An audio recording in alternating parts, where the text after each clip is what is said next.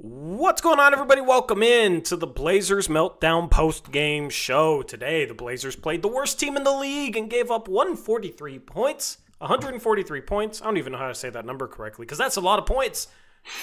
It's a lot of points to give up to the worst team in the league, missing their best player at that. No Zion Williamson. It didn't matter. The Pelicans managed to score a franchise record 88 points in the paint. Is that good, Eric? Is that bad? 88 points to the point? I mean, my goodness. The Blazers get destroyed. It's the most ever for the Pelicans, so that's a lot of points in the paint. The Blazers, of course, didn't have a point guard and didn't have a center in this game because Uprise is not a center. But still, there are no excuses to give up 143 points to the worst team in the league as what's supposed to be a defensive-minded Blazer team. The Blazers are supposed to be a defensive-minded team. We were talking about this team hopefully being able to be borderline elite defensively. Oh my goodness, they might be borderline unelite. What's the opposite of elite? I don't know. I'm flustered by this team. This team sucks. Thank you guys for tuning in after the Blazers lose by 23 points to the worst team in the league. I'm going to go on some rants a little bit later. Eric's going to solo for like 30 minutes. I'll try and keep it to 30 minutes for Eric soloing, and Eric's going to break down what went wrong today. And then I'm going to come back, and there's obviously some big debates that we have to have because we have people in chat acting like Denny Avdia sucks. We got Denny Avdia fans acting like Shaedon Sharpe sucks and takes too many shots. Well, he only took 14 shots today and was solidly efficient. It wasn't really a Shaedon Sharpe problem. So we got a bunch of narratives in the chat. Off-the-wall narratives, insane stuff that I've seen in the chat that we're going to talk about it all. We're going to try and make this as entertaining of a post-game show as possible because the Blazers were not entertaining unless you like feeling pain. If you like feeling pain, then as a Blazer fan, you might have enjoyed this one. That's pretty much the only way you were going to enjoy this one as the Blazers get smoked. Once again, Blazers Meltdown post-game show presented by Sleeper. Use promo code Uprise on Sleeper to help support the channel, because we need it, and the Blazers need some support or something. Eric, what's going on, man? This is a brutal game. How are you doing? Yeah, not a fun one tonight. This was one of those games where the Blazers just completely ran out of gas and did not have anything left in the second half. And it's just unfortunate because this is the type of game that I think they need to win if they want to eventually make a play-in push or have a playoff berth later in the season. And losses like this are going to come back to haunt them, I think. Yeah, absolutely. This defense is broken, man. And I know there will be people out there, the toxic positivity crowd, that will try and excuse this because they will literally try and excuse anything. And the narrative will be either it's Thiago's fault and Chauncey was a great coach. I've heard that one today. This goes beyond the coaching. But sure, I blame the coaching. But it also comes down to the players. I don't care who's the coach. I don't care that you got no point guards, you got no centers. You have four guys that are supposed to be plus defensive players in the starting lineup today. Right? Mm-hmm. You had Denny Avdia, you had Jeremy Grant, you had Tamani Kamara, and you had Chris Murray. All these guys are supposed to be positives on the defensive end. Positives on the defensive end. And you're going up against a team with a rookie center who's been playing well, but he's 6'9". He's not like a 7'2", 7'3" guy that's just going to punish your lack of size. He's more of a skilled, little bit undersized guy that you would think the Blazers, with some of their bigger forwards, would be able to match up against. But it wasn't just Derek Queen. You had Trey Murphy go off. You had Bryce McGowan's go off. The one two-way signing that was an offensive-minded player that could actually make shots, unlike Caleb Love, was 5 for 5 from 3 today against the Blazers. So, yeah, we can sit here and talk about the lack of centers in this game for your Portland Trail Blazers, but yeah, that was part of the problem for sure, but the problems obviously go far beyond that with this defense. This defense is broken. Their adjusted defensive rating is probably going to be 20th or worse after this game because you just gave up 143 points to the Zionless Pelicans who just got their 4th win of the freaking season. That's really, really, really bad. And we've talked about this defense and its struggles. I just want to say, Eric, I just want to say, man, I feel like you could see this coming. even when the Blazers were playing good defense early in the season. Right? It was easy to kind of buy into, oh, look at the turnover rate. Look at their style of defense. Look at their pressure. But who was the guy that sat here and questioned whether that was sustainable? And then injuries hit, and all of a sudden, it's hard to maintain the energy to play that style of basketball. And they've basically completely abandoned it. They're not forcing turnovers at a even good rate anymore. That's just not even a part of things. And the foundation of their defense is obviously broken. They can't guard anything. And tonight, it was disgusting defensively. I kind of saw this coming a little bit, but not quite to this extent. And I'll let you kind of break down what exactly is broken and what needs to be fixed, and if the Blazers can turn this around offensively. Because to me, you can make excuses for why they scored 88 points in the paint, but you can't make excuses for the defense being bad, because it's legitimately bad, and it's beyond the lack of a center. It's beyond not having Drew Holiday. It's what are supposed to be good defensive players playing bad defense. Well, Tori, I don't think you know this, but Tamani Kamara is not allowed to play at an all defensive level if Blake Wesley is hurt. Yeah. Okay. True. So just ignore that Blake Wesley wasn't even on the team last year during that. But when he went down, man, that just killed any chance we had of being a good defense. So I don't know why you keep glossing over that fact. But I'll just say this. He was the entire key to our defense, and we lost him. So what are we supposed to do? If anybody's blaming the Blazers giving up 143 points to the worst team in the league, missing their best player on not having Matisse Thybulle or Blake Wesley, that's how you know they're completely full of shit. That's how you know they're full of shit and should not be taken seriously.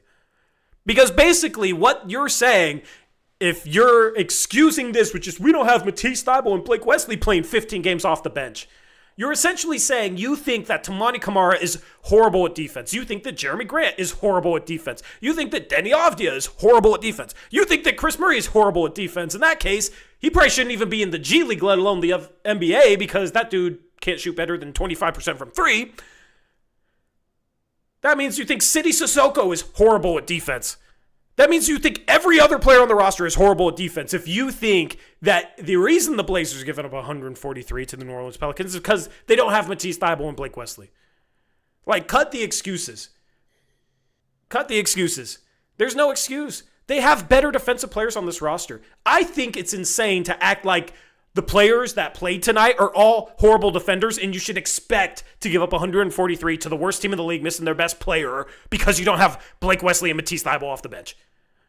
But I'm sure those narratives are going around because people try and excuse everything with injuries, and there's just some fans out there that hate self-accountability or hate holding their organization accountable or hate holding their players accountable. There's no excuse for the defense to be this bad with the roster out there on the floor. Yes, not having Klingon contributes to the defense being bad, is why the defense is worse. I would expect the defense to be worse without Klingon, but not this bad.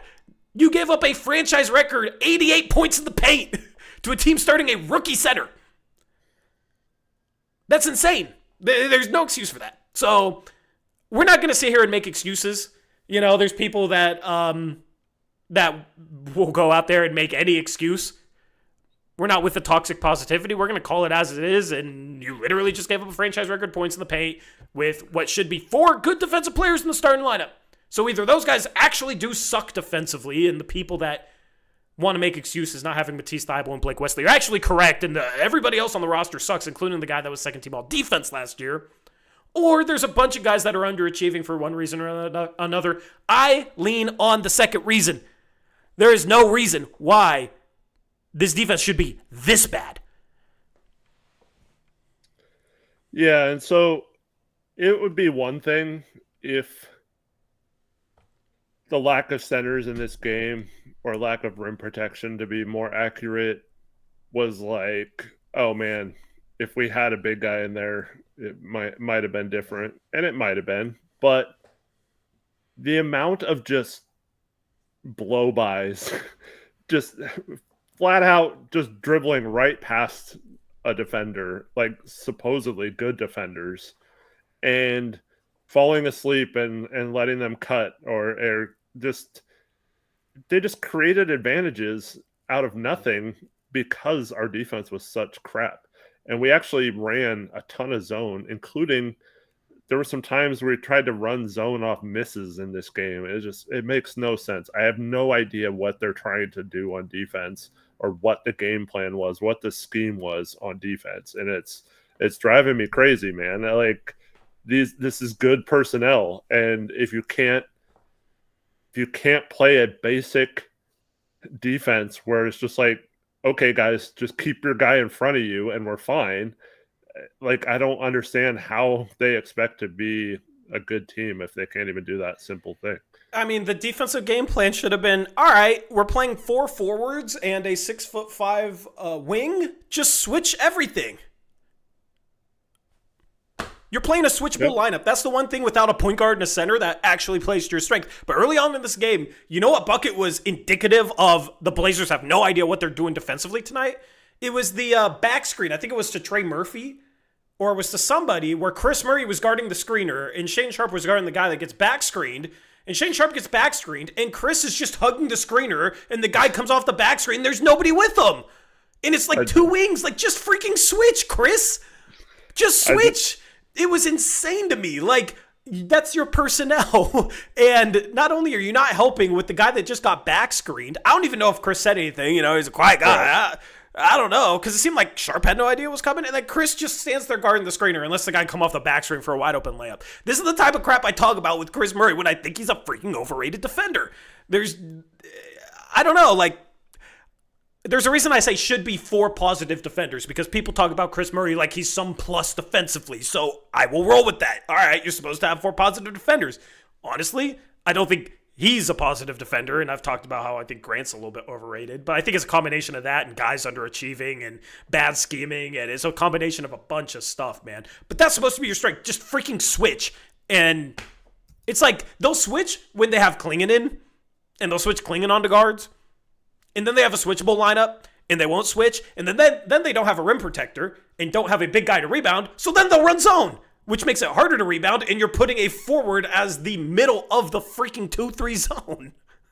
It's absolutely insane. So there's blame to go around. What I want to do, Eric, when I'm back, okay, I'll let you talk about just various things from this game, but what I want to do when I'm back, I want to sit down, and I want to look at every made bucket from the Pelicans tonight and tally what's to blame or who's to blame, okay? I don't think we have 4 hours to go through every made basket. They made like 85 shots, right? How many shots? I'm just kidding. I'm joking.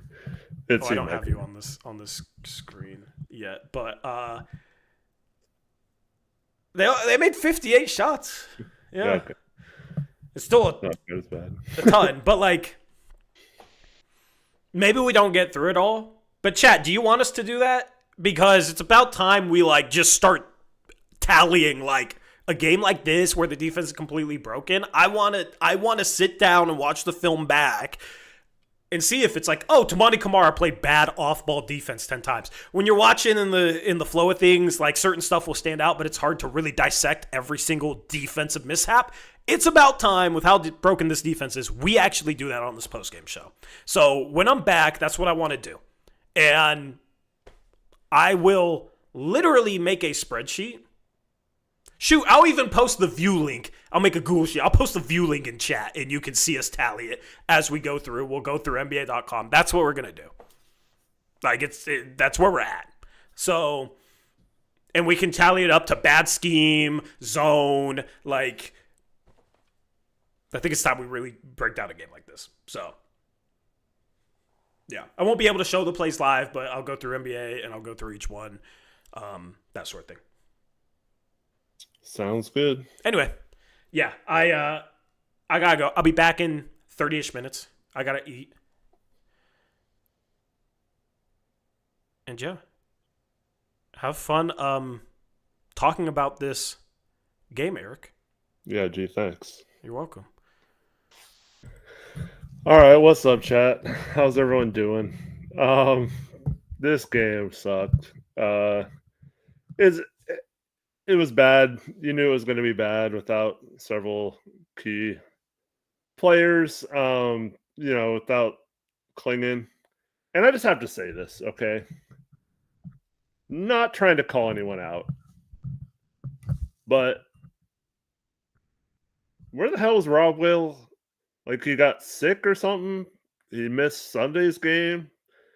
It's 4 days later. He still can't play. Is something like wrong with him? Can we get an update on what's wrong with him? Or did he get hurt in the 4 days in between?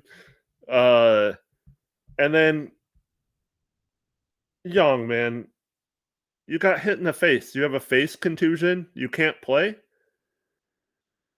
You can't play because you got hit in the face. It didn't say you got a concussion or something, which would be understandable if you had concussion like symptoms or something. But what? It's not like you broke your nose or something. Like, get out on the court. Like, what? Why could Rob Will and Jan Hansen not play tonight? Like, that makes no sense. I don't get it, man. I mean, people are gonna assume that it's a tank job, so like you just chalk it up to that. But this team is not tanking.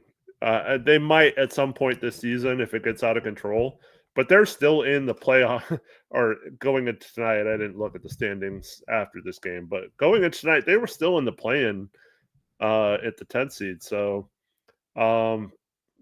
this team like was still right there to accomplish what they wanted to accomplish this year.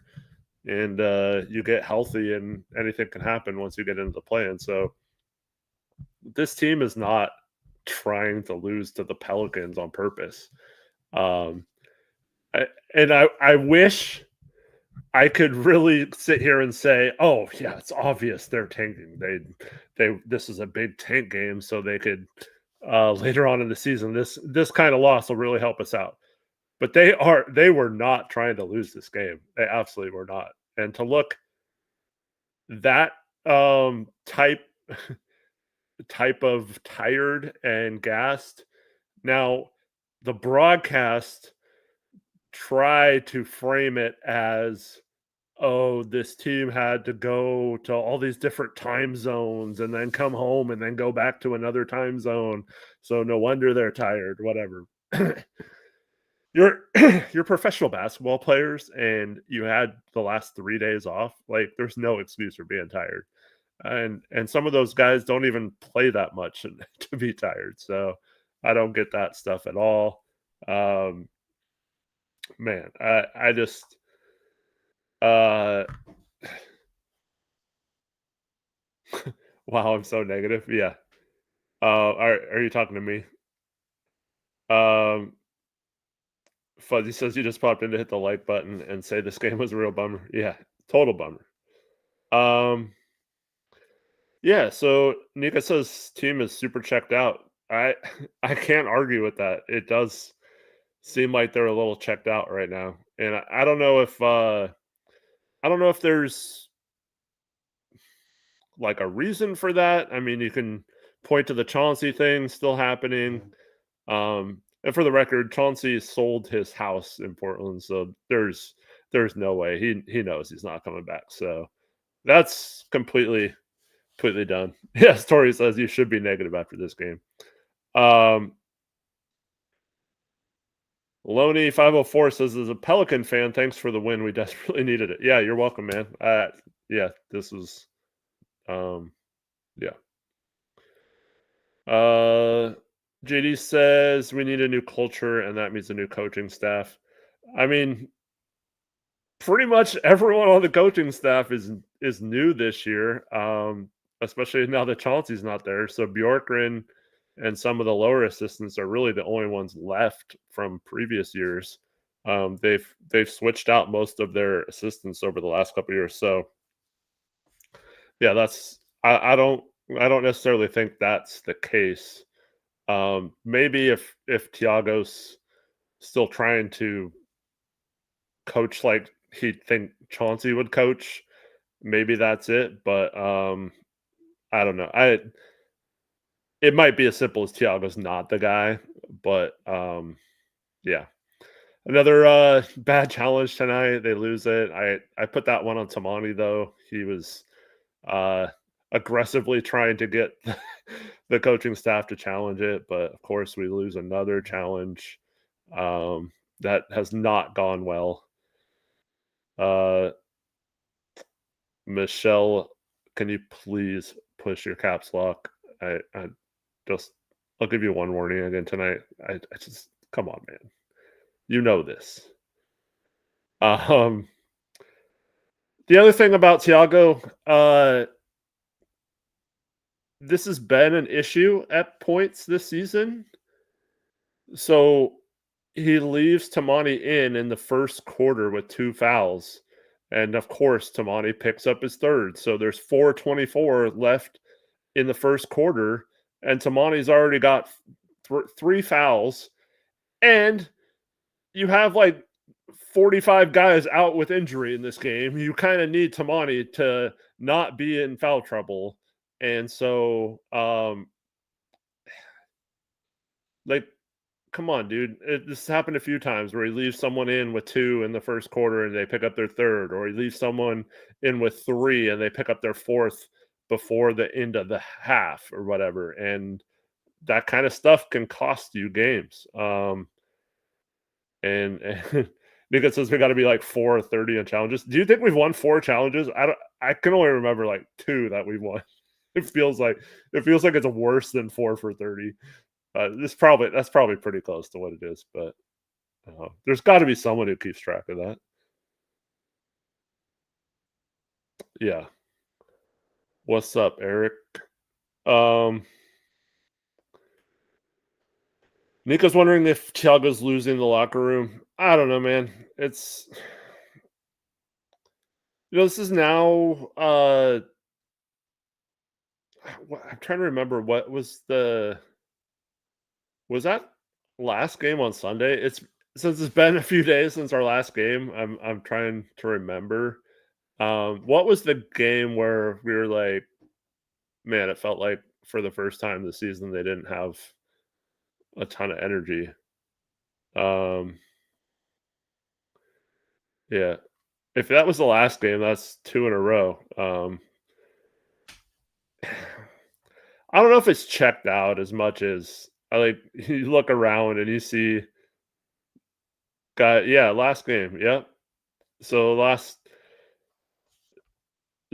that's 2 games in a row where they've seemed to have abandoned the one thing you could count on with this team, and that was that they were going to play hard and at least give themselves the chance to win because of how hard they play and how much they compete and all that stuff. So, yeah, I don't think it's time to mash the panic button on that yet, but I mean, it is something we need to monitor moving forward. That whole uh is this team not performing? Like, what's going on? Because it should not matter injuries in terms of competing and trying your butt off. And we did have, I haven't mentioned this yet, but so I'll do it here. Ryan Repair came in and had, I mean, without a doubt, his best stretch in the first half of the season, or of his career, is what I meant to say. And CD Sissoko had like a great stint in this game too. And so you got those 2 performances off the bench. So I can't really blame them per se, but outside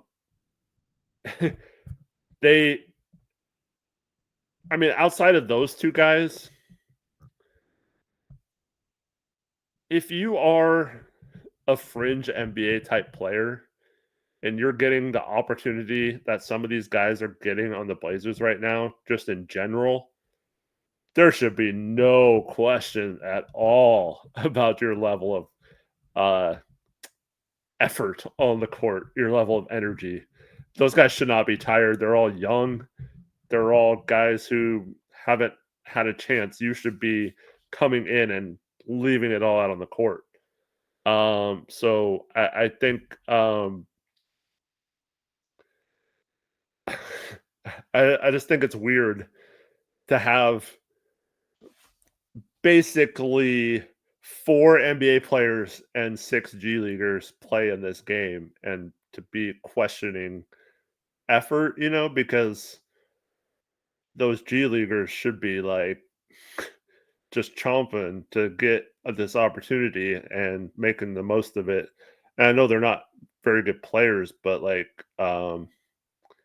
yeah, it's just I don't know. It just seems like energy should not be the case, especially coming after a situation where you got to go home for a couple days and relax, and you had several days off between last game. So, uh, according to StatMuse, Splitter's 8-14 on challenges. I guess 8-22. Yeah, I mean, I guess that's right, but it seems worse than that.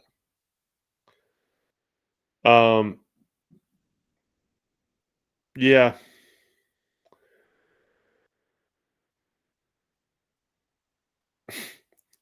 chances they technically did have effort, not defensively, but that's where you should see it. Yeah. Um, yeah, I mean, all these teams that should not be close to us, now we have to worry about.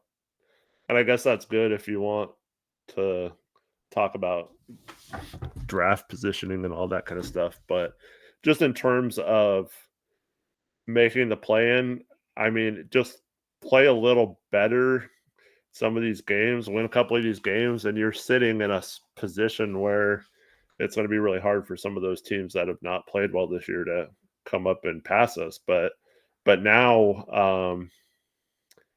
it's going to be pretty difficult to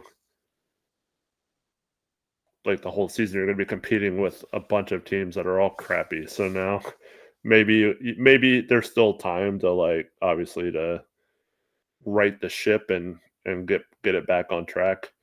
Um, I saw Alex ask me if I think Tiago's holding the team accountable.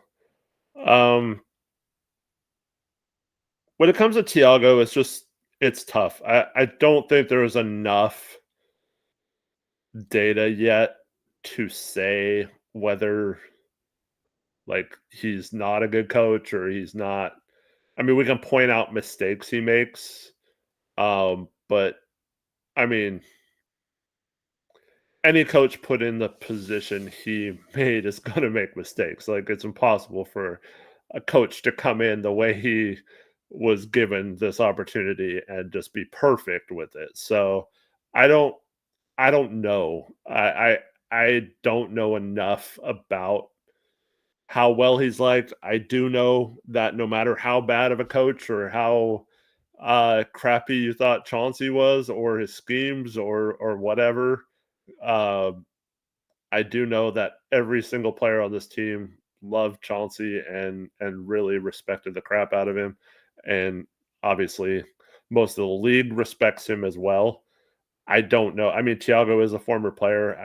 I don't think he commands a room like Chauncey does, obviously.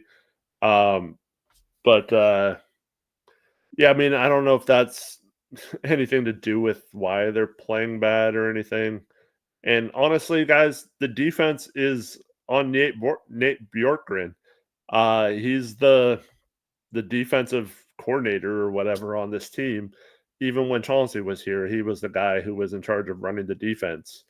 And they got rid of Roy Rogers in the offseason. He was in charge of the defense last year. They put Nate in charge of that for this year. And I mean, there's no other way to say it, but he's been terrible in that role. He's been absolutely terrible. So, um, yeah, his decision to not take the interim coaching job and stick with the defense. Maybe the Blazers should have said, "We don't want you coaching the defense anymore." But yeah, uh, in terms of losing the locker room, like I said, I don't know. I don't have enough information on that. I'm never going to like make up anything or pretend I know something that I don't, or try to say that I heard something when I didn't. So I'm never going to be that type of person. I really don't know. I just haven't heard him talk. I mean, we listened to his post-game press conferences, and they occasionally have a pre-game one, or they have a practice media availability and stuff like that. But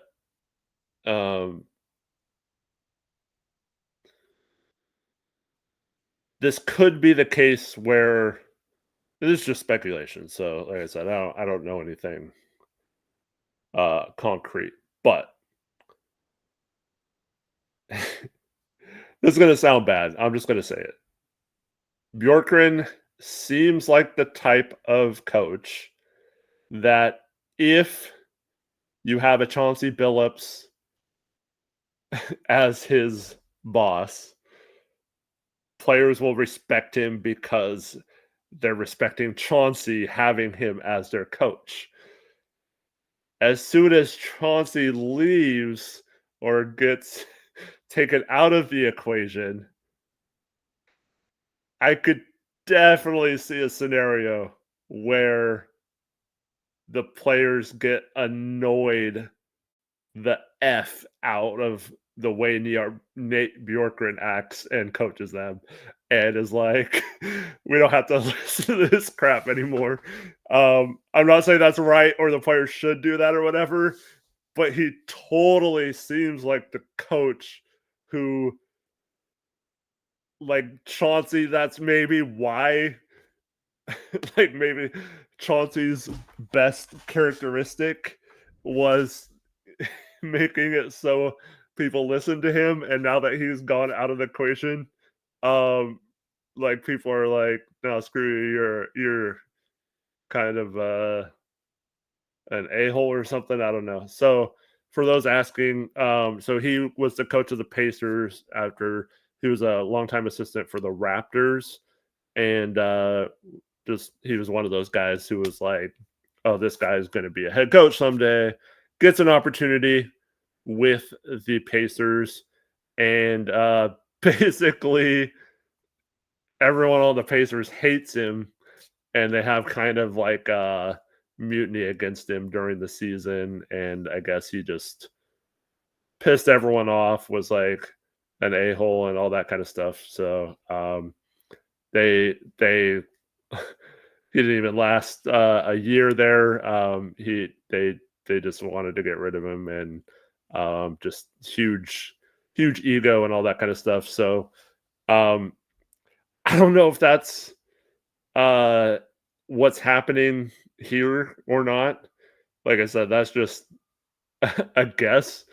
But I definitely could see that to where it's just not hitting the same way as it was when they had someone above him that respected him. Free throw guy asked, where is Dundon? Dundon is not the owner yet, so it's until that sale is official.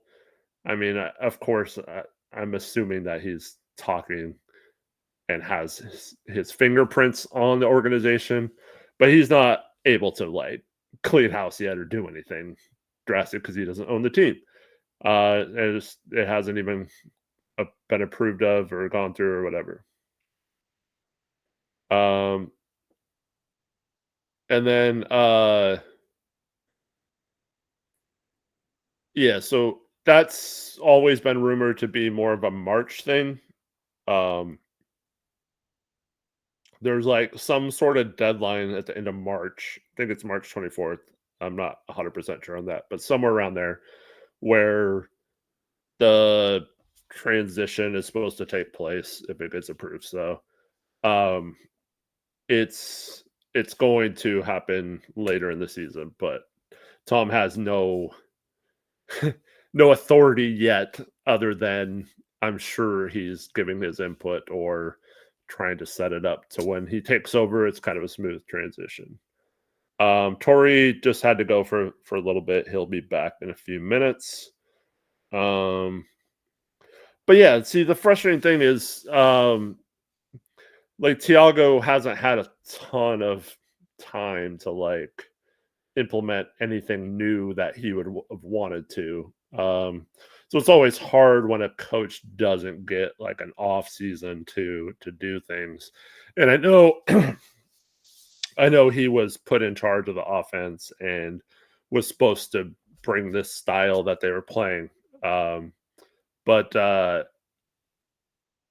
yeah, I don't know, man. It's hard when you don't get a chance to fully go into coach mode during the off season and make your impression on the team and then just get thrown into it. So I don't know. You guys know me. I always blame the coaches if I think it's a problem. Like I said with the foul situation earlier, like not subbing players out when they get into early foul trouble and then allowing them to get into even worse foul trouble.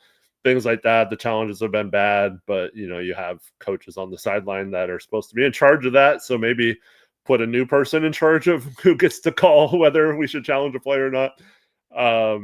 And then also, like, maybe you should just stop listening to any player that does this. Just say, if you do that, I'm not challenging, no matter how obvious it is, because it's not working. Tonight, Tamani he had a whole meltdown about challenging, and then it didn't get overturned. So unsuccessful challenge. And yeah, some of the schemes and stuff haven't been good. So I don't know, man.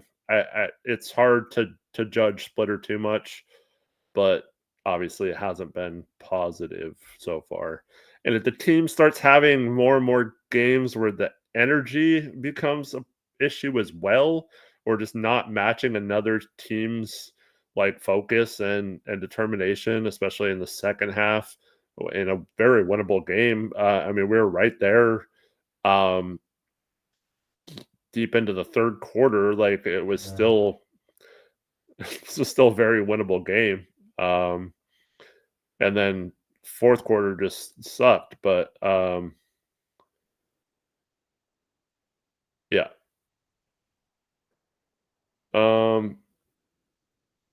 See, I don't know what kind of motivator Tiago is. He seems like kind of a quieter guy. I don't know. I don't necessarily think you have to have like in your face rah guy to motivate players. They should be motivated on their own. So I can't really say that that's the problem yet. Like I said, we're going to monitor this. If we continue to consistently have games where we're questioning this kind of effort level and stuff, then maybe we'll kind of bring that to the forefront. But for now, I think it's just something to keep an eye on.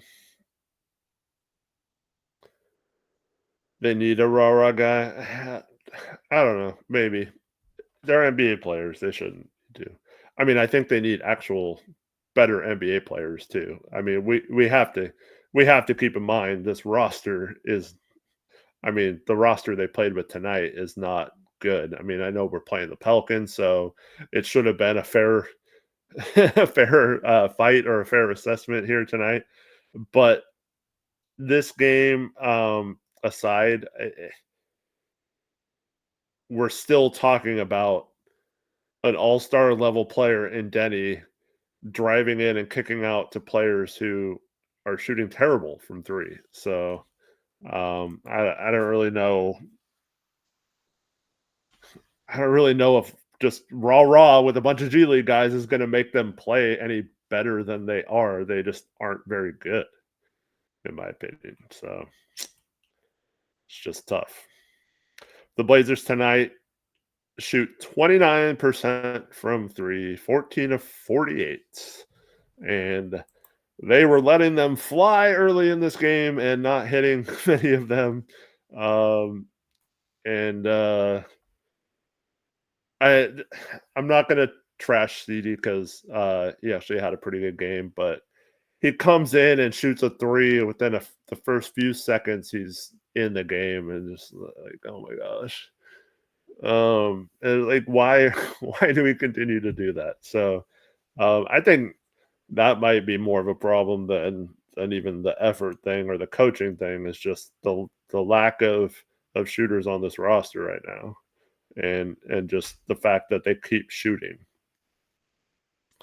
And I wanted to talk to Tori about this later, but I'll just mention it here. We can touch back upon it later. But I saw this thing where I forgot who it was, but someone was like, "Well, in baseball and football, we have this like set of stats, and if you are within these certain things, like you're usually a contending team or whatever." And he was asking what the equivalent of that was for basketball. And someone responded with it should be top 10 in offensive rating, top 10 in offensive or defensive rating, and then top 10 in pace was the other thing. And the graph was interesting because there was only one team that fit in the middle, and that was the Cleveland Cavaliers, believe it or not. There were three teams, I believe, that were in the offense and defensive rating other than the Cavs, and that was it was the Thunder, and I forget who else, but the Blazers were only in the pace one, right? So they weren't in the shooting. And if I remember correctly, other than the Cavs being in all three, all the rest of the teams in the pace top 10 were bad teams. And there wasn't a single team in the offensive top 10 that was also in the top 10 of pace, except for the Cavs, who, like I said, were in all three. But other than the Cavs, there wasn't a single team in the top 10 of offense that were in top 10 in pace. And it was a bunch of bad teams. So my question is, well, not really a question, but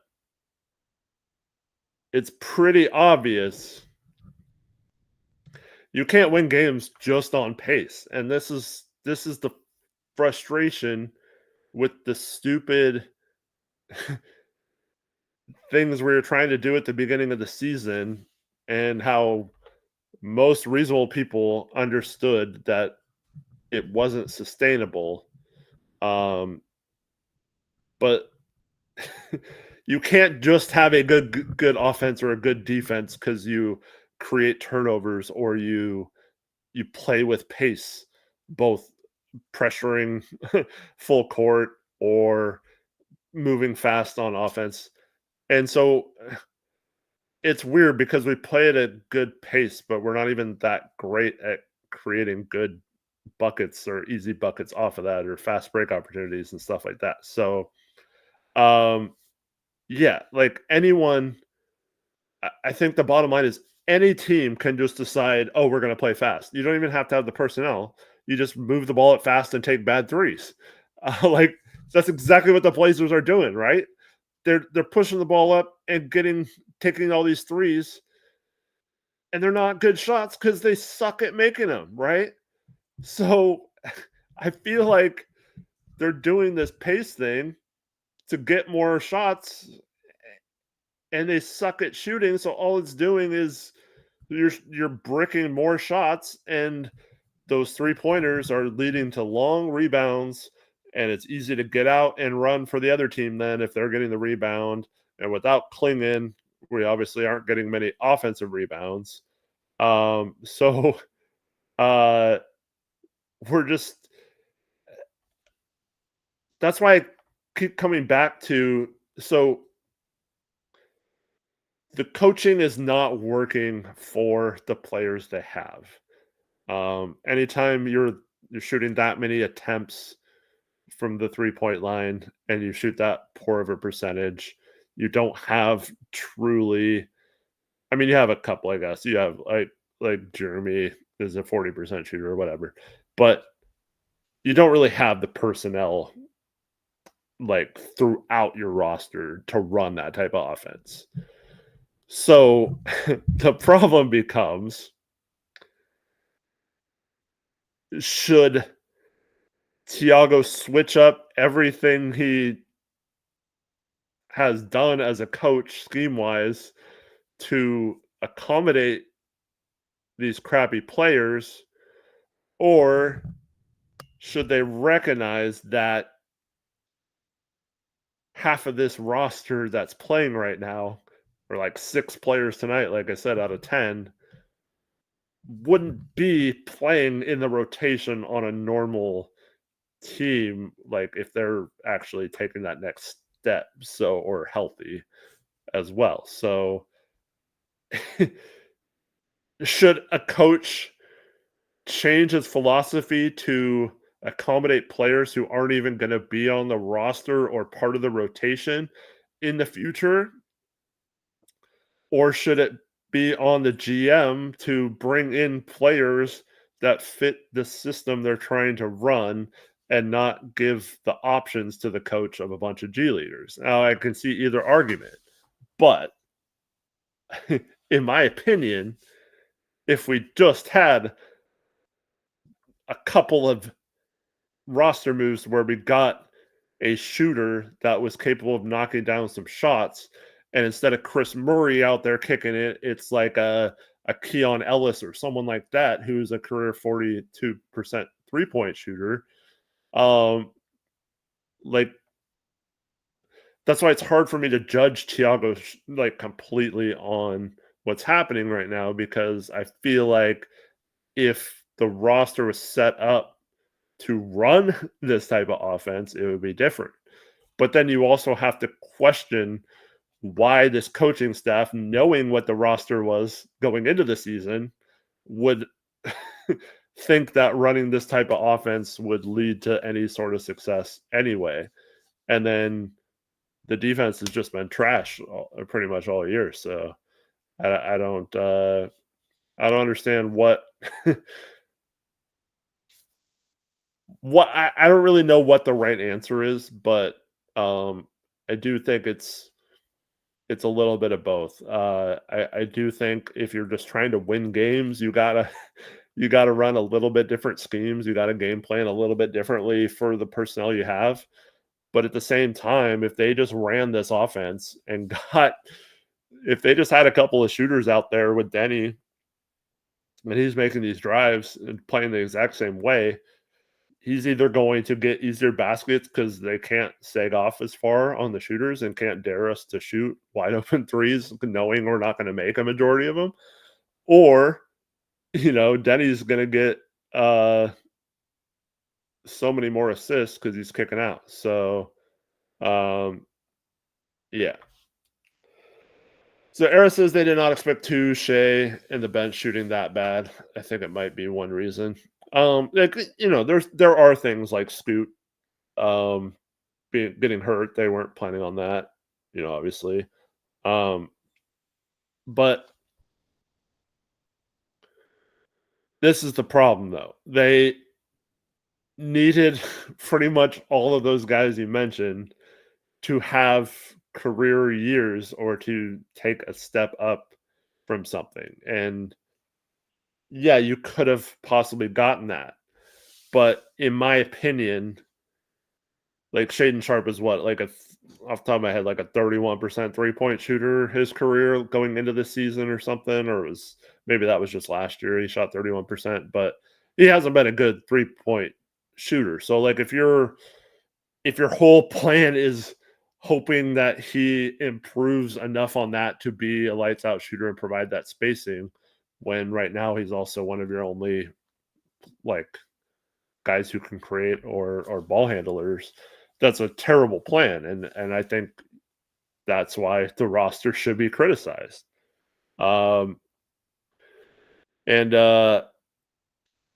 so I don't know, man. And Tamani, yeah, you'd think at some point if he could just increase it a little bit to 40%, but I mean that's still not enough shooting. And of course, if he's just similar to last year's shooting. It's the same type of shots he's getting. Like, you can't just go into a season hoping that a bunch of guys who haven't been lights out shooters just become lights out shooters, and that's your only plan. And if that doesn't work, then what? So yeah, I don't understand, man. Taylor said they should target an Anthony Simons type. Just imagine Denny being able to kick out to that guy. Funny, but yeah, like there was a stream that I was late to. I heard Tori talking about the Anthony Simons thing a while ago. In my opinion, so yes, I realize most people think that Anthony, was needing the ball a lot to do that, but I mean, he did play with Dame for a while and stuff like that. Like, I I I wonder what would have happened if they used him more as a spot up shooter instead of on the ball as much. And they let Denny be the main ball handler and have him be more of a off ball kick out option. Yeah.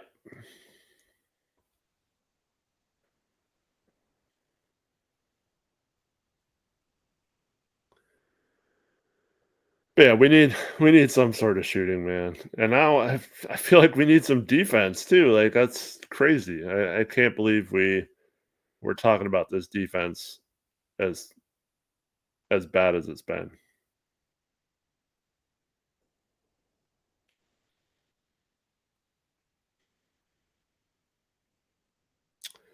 But like, for all the people who think that oh well, he had to leave for these people to pop off or whatever. I mean, Denny was popping off with Anthony on the roster last year, and the defense, um, he was on the roster for that second half defense where it started to take off post All-Star break or what, post January, whatever date that was. Anthony was on the team. Yeah, but I'm also so earlier when obviously the chat was rolling for a long time before the stream started, because Tori had rec, so he couldn't start it right away. There's more of these comments, and it's always from Denny fans about how Sharp Denny had a bad game because Sharp's a ball hog, basically. And it's the same argument about Simons, right? It's like, I mean, I think Sharp took 4 shots in the second half, made all 4 of them. He takes 14 in the game. I don't see an issue. I do not see the issue being that Sharp and Denny can't coexist. The issue, in my opinion, is that's pretty much all the Blazers have right now, and they are being, especially Denny, is being ridiculously guarded. I saw some stats. He's in the top 10, easily in the top 10 of most double teams seen this season. So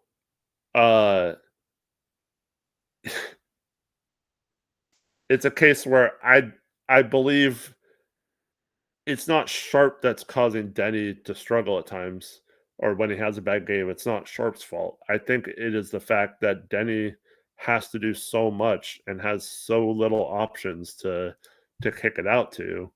And I think the anger by some Denny fans is misdirected. Now, Sharp could play better. He can be a better playmaker. He needs to be a better decision maker. He needs to pass the ball a little better. Of course, that can also be true. It doesn't have to be one or the other. But I wonder if you had the right personnel around Denny, I think him and Sharp would be fine, man. Like I don't see why it has to be one or the other, or why people think it has to be one or the other. What's up, Tori?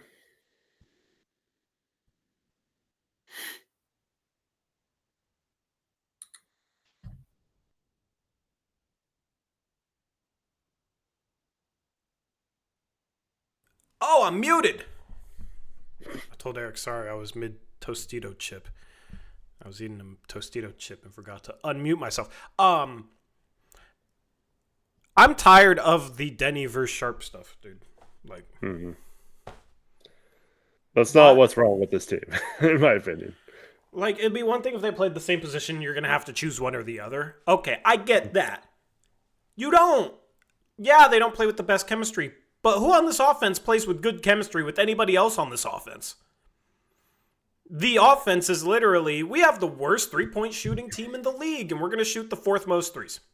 And we have the 24th worst shooting team at the rim, and we're going to try and get there, which is more productive than shooting the number of threes that they shoot. But, like, the offense is hurting because you don't have a point guard, but it's also hurting because you don't have shooting.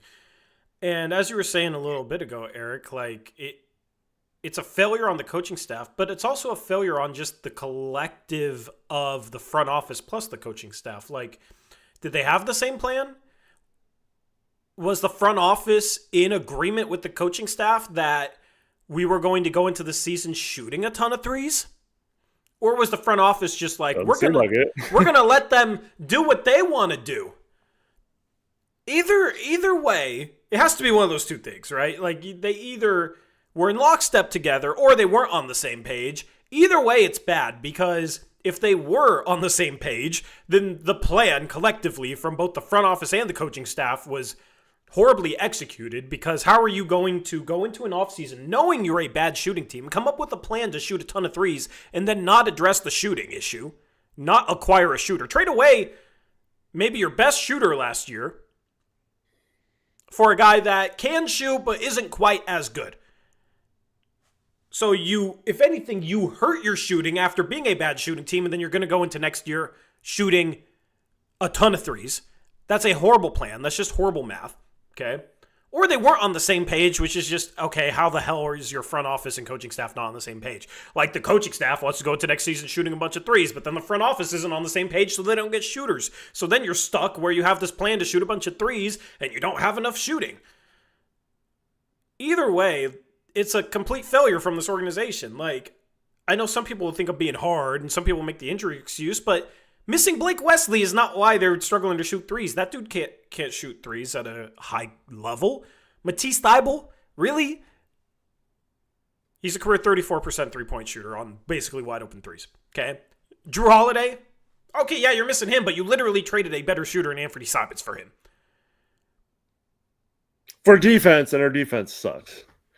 Like, the biggest like excuse for the shooting is that you don't have Scoot Henderson. But that's how bad of a roster overall this roster is at shooting the three ball, where it's like, man, we could really use Scoot Henderson shooting, because he almost shot 35% last year from three. That's how you know that it's just a flawed roster. So listen, if you don't have a good shooting roster and the coaching staff has a plan to, like, okay, we're not just going to chuck a bunch of threes. We're going to get to the rim. We're going to get to the free throw line, which is stuff that they already kind of try and do. But, like, we're not just going to be the team that settles for threes from bad three-point shooters. And then you could say, okay, well, they don't have a good three-point shooting roster, but at least they're not playing to their weakness. They literally play to their weakness on a night in, night out basis, and they come out in this game, they're shooting a ton of threes against a team starting a rookie center who's not a rim protector. Like, that's the type of game you should be playing downhill. You should be getting him defending on the perimeter. You should get him having to fight through screens on the perimeter off the ball. But we don't like to do that because it's not part of our system. You should be getting that guy having to defend pick and rolls. Like, that should be the game plan, and it just didn't really feel like that in this game. 2 3-point happy, not really working the offense enough. There's just too many games where the team doesn't go into games with, like, a plan based on the opponent. It just seems like, okay, well, maybe we'll attack the rim at a good rate this game, but, we're going to shoot a lot of threes more often than not with guys that struggle to shoot threes and are open. They're shooting threes because they're open, but they are literally open because the defense doesn't respect them as shooters. Right? Chris Murray, perfect example. So, but it just doesn't seem like the game plan changes night to night. Like, you have a rookie 6'9" center who's not a no rim protector, and you're playing, and you got all these wings and quickness, and you don't play to that, and your plan isn't to attack him. We shot a ton of threes at the beginning of this game, like a ton. We're missing every single one. Yeah, like, oh, can you join Collab Cam, by the way? Because I'm gonna switch to the team stats, and I want the people to see your beautiful face. Eric doesn't seem thrilled.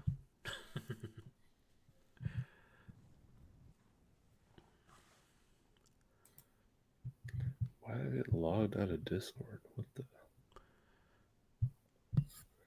I'm not sure.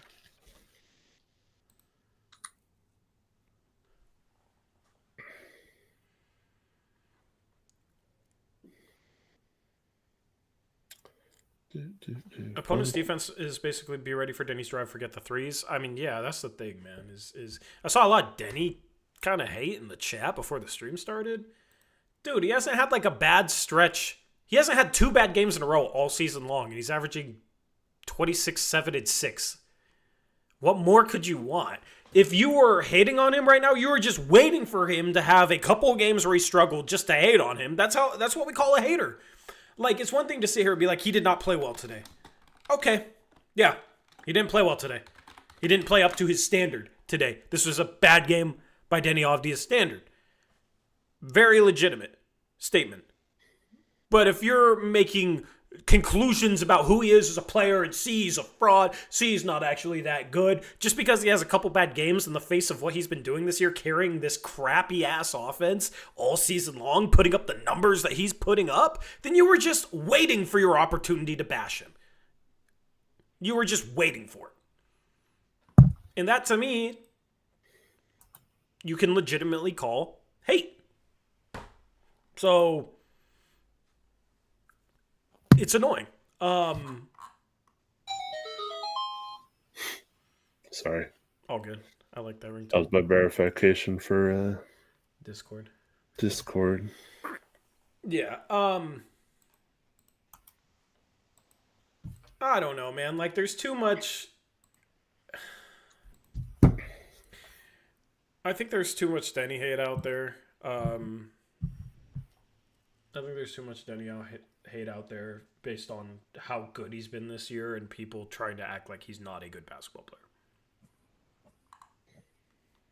Today he had 16 points, 6 assists, 6 boards. He was 5 for 15. Okay, he struggled shooting the ball a little bit. He makes a couple more shots. He has a 26-6 game. You know what I mean? Like, it's not even that bad. It's not like he was... We've seen guys have far worse shooting nights. And he's driving into a packed paint. He doesn't have shooting around him. He has a team that shot 29% from 3. He's the worst three-point shooting team in the league around him. So I just don't really understand. Well, I mean, I do understand that people hate him, but you were just waiting for your opportunity, in my opinion, because even Dame has had times where he had 2 bad games in a row. Even Luka will have 2 bad games in a row. The only guy that doesn't have 2 bad games in a row, I guess, is SGA because of reasons. If Denny's going to be a leader, then he's going to get heat when the team looks bad. Dude, give him heat for real things. Don't just say, you're the leader and the team looked bad. I'm going to give you heat now. When he's trying to carry a flawed roster and a flawed system. If he's not hustling and not running back on defense, give him heat for that. Don't give him heat for, you're the leader, and Caleb Love and Sidy Cissoko and Chris Murray look bad. Well, Sidy Cissoko looked good today, but you get my point? He's playing with G League guys. Don't give him heat because those guys don't perform, and those guys don't space the floor, so he's having to drive into 3 people and figure out what to do. Like, what do you want him to do? That's the thing. I'm not going to sit here and just like bash a player, just to bash a player. I'm going to criticize. If I criticize a player, it's because of something, of substance. They had 4 players tonight, including Denny, that would play on a good team. Exactly. Like, this game, to me, Eric, is a combination of 3 things.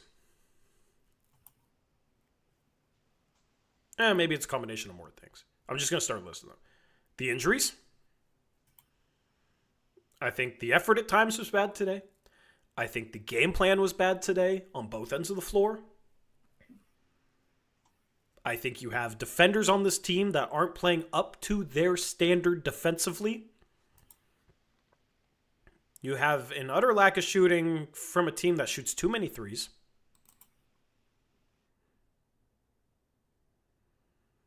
It's a combination of all those things. That's how you give up 143 to the worst team in the league.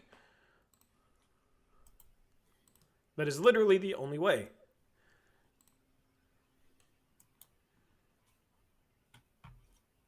It's how you get destroyed in the paint. And here's the thing, Eric. They give up 19 offensive rebounds. What did I say on a recent stream? Do you remember when I said Blazers perimeter players are not doing a good enough job boxing out on the perimeter? Yep. So you can look at this number and be like, okay, you don't have a center. Yes, that contributes to it somewhat. But when you don't have a center, what guys have to do is collectively box out. Because you're not 7'2" and just going to rebound over everybody like Donovan Clingan can. And it's almost like this roster gets used to having Donovan Clingan. It's already a terrible defensive rebounding roster even with Donovan Clingan. But they put all the pressure on like Clingan or whoever the center is to go collect boards because they're not concerned with boxing out. That's a little thing that's very important. And they suck at it. They don't do it.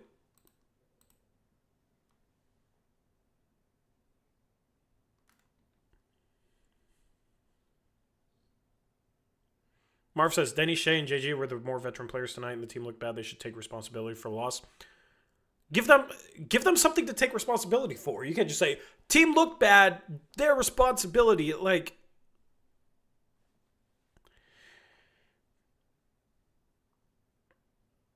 our starting lineup was 5 wings. What did we expect? Dude, like, they're the worst team in the league without Zion.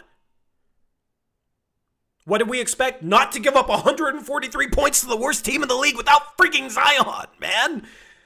My goodness.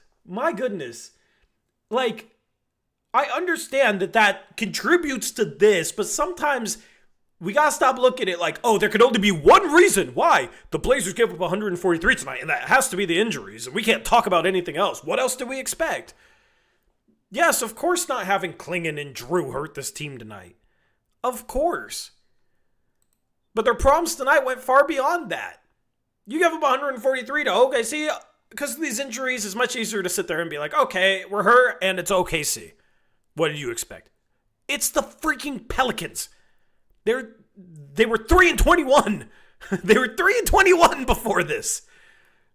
Horrible team. 3-22. 3-22. I was selling it short. They were 3-22.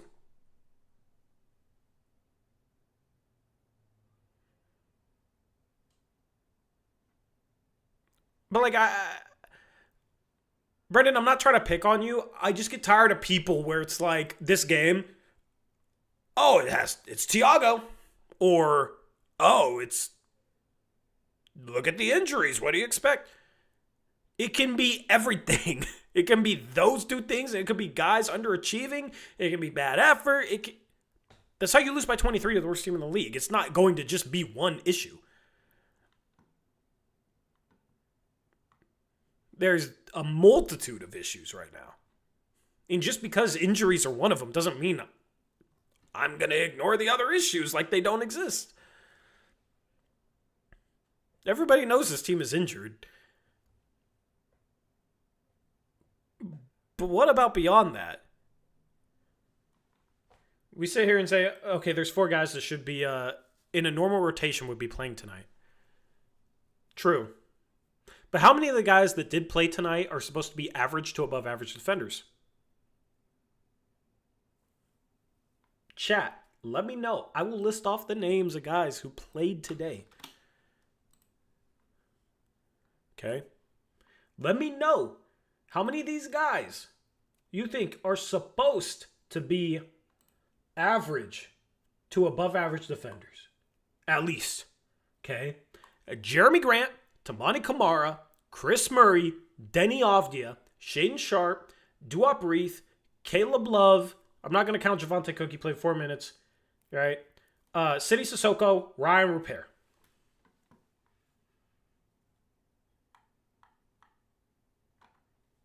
How many of those 9 players that played more than 4 minutes are supposed to be good defenders?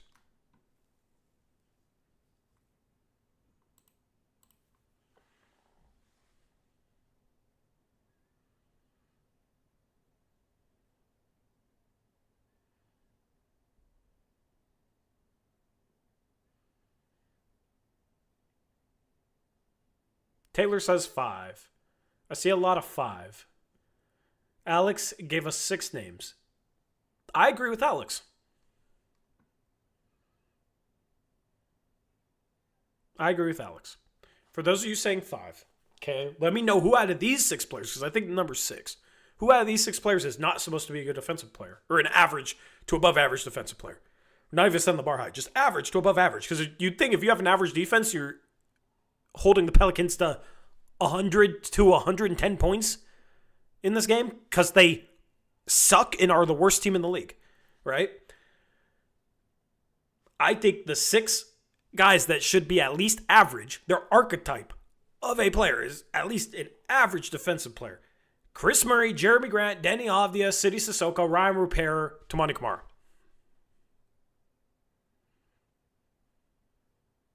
Tori, is there anything good to report on tonight? We need hope. We just got 1 game closer to the top of the lottery. We don't have another game till Sunday, and then the next game after that is Thursday. But my point is, cut the injury excuses. There's 6 out of the 9 players that play more than 4 minutes a day that are supposed to be average to above average defenders. That's why it's inexcusable that this collection of players, despite the injuries, is giving up 143 to the Pelicans. You let Trey Murphy have 24 points on 14 shots. You let Bryce McGowens have 23 points on 11 shots. He only got to the line twice. He was 8 for 11. You let Bryce McGowens cook you. That was the same guy that was on a 2-way for the Blazers, where if the Blazers had a bunch of injuries and he was playing, these same people making these excuses about the injuries would be saying, Bryce McGowens is playing. What are you supposed to do? He's a 2-way player.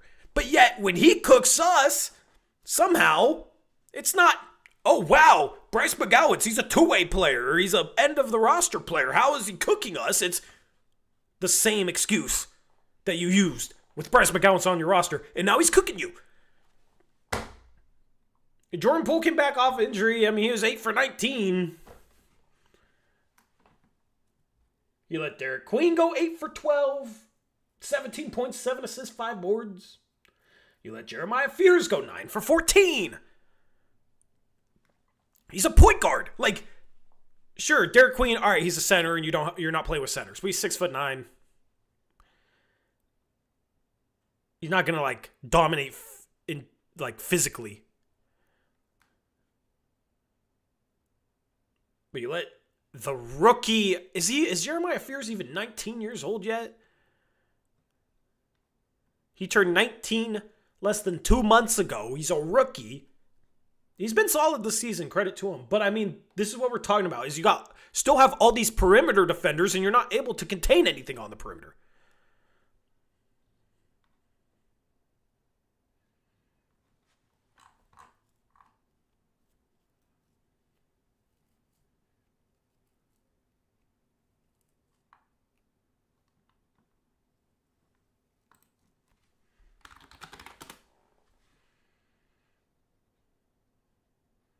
Fears or Scoot seems to answer itself. I mean, it doesn't There's no answer. Scoot hasn't played this season.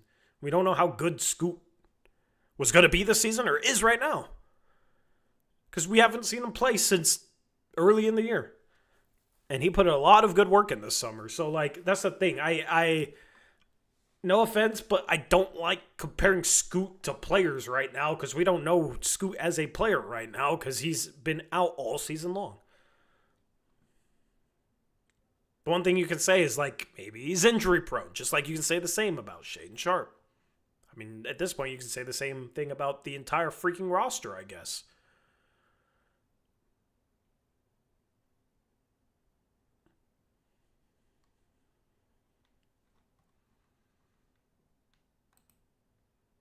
But what I'm going to do is I'm going to go... Oh, we have Eric back. Let's go. Let's go. All right, I'm back. We got Eric back. I want to break down their 58 made shots. Maybe I won't do a spreadsheet because that's going to take some time. Let's just go through it. Eric, do you want to go through it with me? Yeah, did you post a link? Yeah. To what? I'm not going to do a spreadsheet. I would just go to NBA.com, go to their box scores, go to field goal made. Yeah. Okay. Or could you share your screen on? Ooh, yeah. Join a Discord call with me. Let me call you on Discord. That's what we'll do. And I'm just gonna mute myself. All right. This actually works out pretty well. Are you doing my audio through that? No.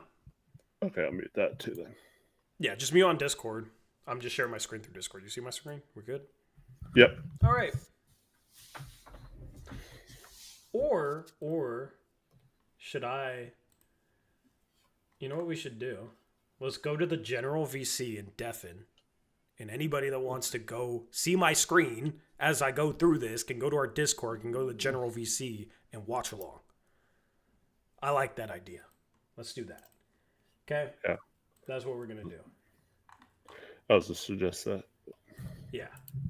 It's a good idea. And if you're not in our Discord, join with the link in the description box below. So yeah, Eric, if you want to join there. There. Beautiful scenes. All right. Let me make sure I share the right screen here. Okay. And if you go into the Discord thing, just make sure you mute yourself. Yeah. Well, just deafen yourself and you won't hear anybody. Yeah. No, I meant like. Okay. Yeah. Yeah. We'll play over the stream, hopefully. No, because we're deafened, so we won't hear anything, even if people try. Anyway. So first, okay, let me mute this. Let me mute this page. If I make it full screen, we'll just play everything back to back. Let's see. So first bucket of the game. Nobody picks up. Chris getting beat. Nobody picks up ball. Chris Murray. Why does Chris Murray think he's guarding Queen? Because he started at center. Who's that? Denny. Who's Denny guarding to? He's guarding Queen too. So okay. First position in the game. Nobody knows who they're guarding. Yep. How does nobody know who they're guarding first possession in the game? That's something you can put on the coaching. Like, how does your roster come out and not know who the hell they're guarding? Like, literally, game plan. This is basic, guys. Before the game, here's our starting five. Here's their starting five. Here's a couple key scouting things on their starting five. Here's the matchups. Right? That's basic. That's so basic. First possession of the game, they don't even know who they're guarding. Okay? They don't even know who they're guarding. And then Chris doesn't really give much resistance once he does pick up the ball. Second possession, fears in transition. Just bodies Shea. Just bullies Shea. We're talking about dude that turned 19 2 months ago. He's looking stronger than he did in college. He's definitely put on some muscle. But like, Shea, come on, man. You cannot get walked down like that. What do they call foul on Shea? I don't really see the foul, but Yeah. right, like, but that's supposed to be the worst defender in the starting lineup. So okay, fine, whatever. Okay. Next play. This is the play I was talking about, Eric. Yeah. This is the play I was talking about earlier in the stream where they run a backdoor. It's for Herb Jones, actually. Trey Murphy sent the screen. But, like, switch this. You can have Sharp on Trey Murphy instead of Herb Jones. You can have Chris Murray on Herb Jones instead of Trey Murphy. Look how Chris is guarding this. Yeah, ridiculous. Like, no help. He's hugging the screener.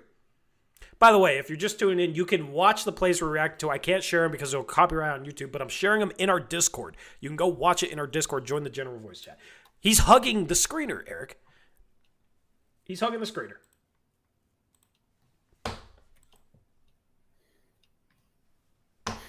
What is Chris doing, man? That's awful defense from Chris. Like, you have to help there. All right, fourth bucket. Jeremy Grant gets beat backdoor. Yep. Yep. Jeremy Grant gets beat backdoor. Because he's trying to cheat the screen too much. You shouldn't even be going over the screen, Eric. Yeah, he should be going under. He shouldn't have been close enough to Murphy on the opposite when the ball's on the opposite side of the court. Yeah. I was just teaching this to seventh graders the other day. Yeah. Like, don't stand that close to your guy when the ball's on the opposite side of the court. It's so simple. Yep. The angle, if you run under, you actually have a chance at a steal if you time it properly. Like, you can force the pass out away from the three-point line if you get through the screen by going under it, and instead he tries to cheat it over and gets backdoor. Look at how Denny and Chris are guarding their guy in the top two. Like, what are we doing? Sorry, what are we doing? It's insane that you're running a switchable lineup and defending like this. Because this picture right here is like gold. Like, what? Just WTF is all you need to say.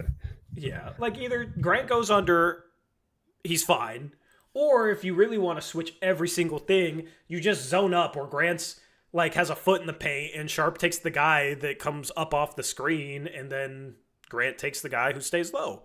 Yeah, it's and not really a zone, just one guy got top, one guy's got bottom. Yep. Yeah. Yep. It's, switch. But, like, Chris Murray could get backdoor here. Yeah. I guess they're trying to deny because he, picked up his dribble? Oh, no, he didn't pick up his dribble. So he just has the ball up top. Yeah. Like, okay. This is bad coaching, right? Like, and he goes over the screen on the side, too. Yeah. Yeah. Okay. Just bad technique. Like, all right, man. All right. Next play, man. We got 58 of these. I guess we're showing our offense. When you brick a three that bad and it comes towards the other team's rim, it creates runouts. So good finish. That was more just you completely bricked a three. Bro. Like, props to Shea for tipping the ball, but like, what is Shea doing? I think he thought Tamani was going to come out because he was a bad guy, but and no one comes out. Yeah, I mean, this is just bad transition defense. I don't even know who to blame this on, but it's kind of like, dude, if you tip the ball and slow down the pass, like, stay with it in transition. But okay, gotta just play. You almost got to steal, whatever. All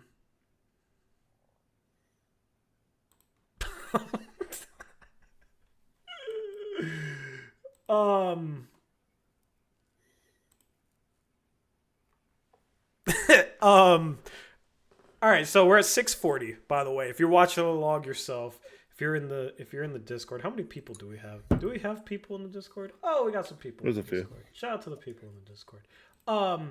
So score's 14-10, 6:40 left. They're basically setting screens on either side of Chris Murray, who's guarding Jeremiah Fears. The Blazers actually try and switch a screen. Sharp switches onto Fears. You can actually see Sharp talking. Chris jumps at the ball, doesn't know where the guy is at this point because he is 3 seconds slow switching, Eric. Like you said, though, all screens should be automatic switches with this lineup. Like, what are they doing not doing that? Yeah. But also, like look at Tamani here. Look at the balls getting passed, and he's, like, not ready to rotate. Because here, at this point, it's a broken play. Denny has to rotate to Trey Murphy, and Tamani has to rotate down. But, like, Tamani's not ready to rotate down because he's trying to play denial on the other side of the floor, and he's slow to react to the pass. So if Denny comes over and helps, like Sadiq Bey, the thing is Sadiq Bey spaces out, but if he stays at the block, like, that's an easy dump-off pass and dunk because Kamara is slow to rotate. But, like, the breakdown is literally Chris Murray takes 2 years to switch and then has no idea where to switch. I'm telling you, Eric, with his defense, Anyway, moving on.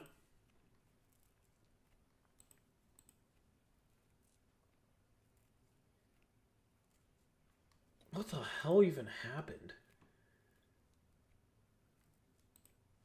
Chris Murray got lost and got back cut.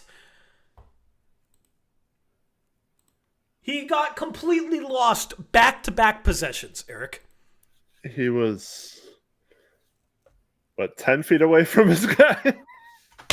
Wow. For the people watching in Discord or for the people that are viewing these plays, clicking along, you can go to NBA.com's box scores and click on field goals made for the Pelicans. Do you see what I'm saying now, man? Because this is the type of stuff I'll see, and I'll come on here and I'll be like, I think his defense is a little overrated. He makes a decent amount of mistakes. There's a reason why, like, nothing's better when he plays. We had our best game recently when he was out. Anyway, he does not help. He does not help this team do anything. That's atrocious defense. Oh, look. The next play started right at the end of the last bucket because I assume it's like a turnover or something. Let's see. Okay, first off, can I just say something? When I talk about the packed paint, this is what the hell I'm talking about. He has 4 guys on him. The only really, like, viable pass here, I guess he can try and dump it off to Tamani, but that's a tough pass to make. Only viable pass is he kicks out to, like, a 25% three-point shooter here. And he gets blocked, and maybe it was a goaltend. But, like, this is what Denny has to deal with possession after possession after possession. Could you imagine if Caleb Love is Damian Lillard? Denny's throwing that pass out to Damian Lillard. It's kind of just like damned if you do, damned if you don't. Yeah, exactly. Exactly. So, anyway, and that turns into a run out.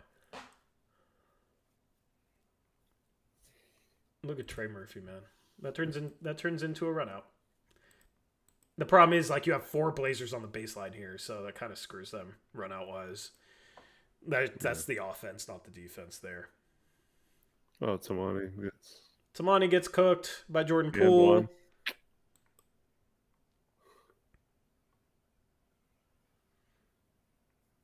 I don't know. Yeah. Good move. Yeah. Who was that? That fell down? Oh, I think that was Jeremy. That's not a foul. He literally just falls. Okay. Or no, that's not Jeremy.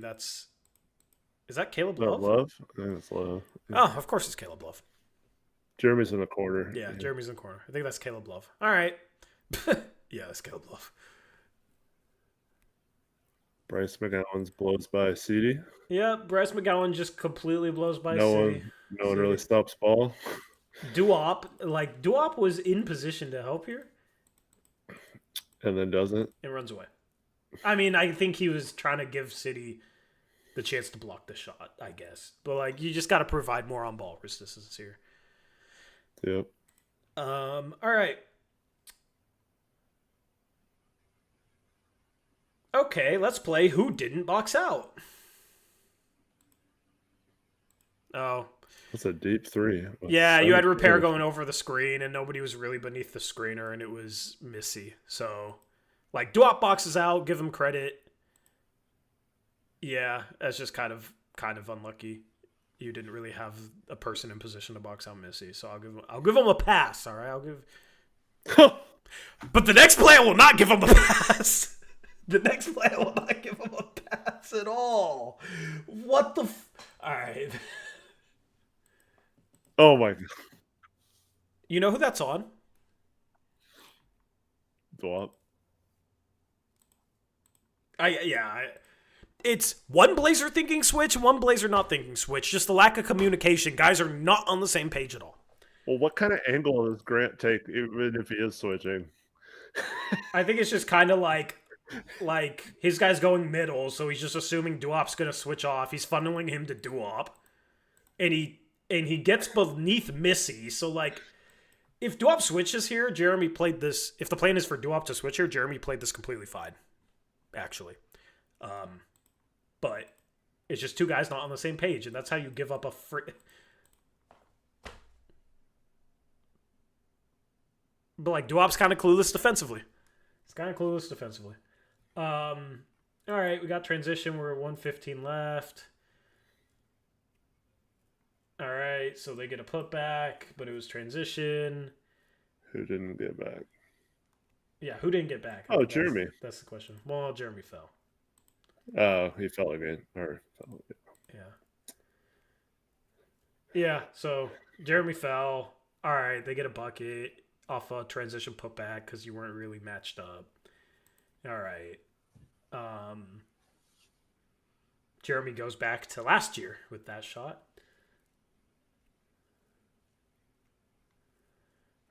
What is Caleb Love doing? Why did Caleb Love start guarding that guy and then stop? Okay. Well, I don't know. I think he thinks he'll take ball, I guess. But yeah, you got to take ball, but like... But Repair's running over going, there. Yeah, Repair's going over. Caleb Love just has to recognize that and not lose pool there. But look at the team run the fast break, man. Okay. We got to stop helping one pass away off shooters. What? What the hell is this, Eric?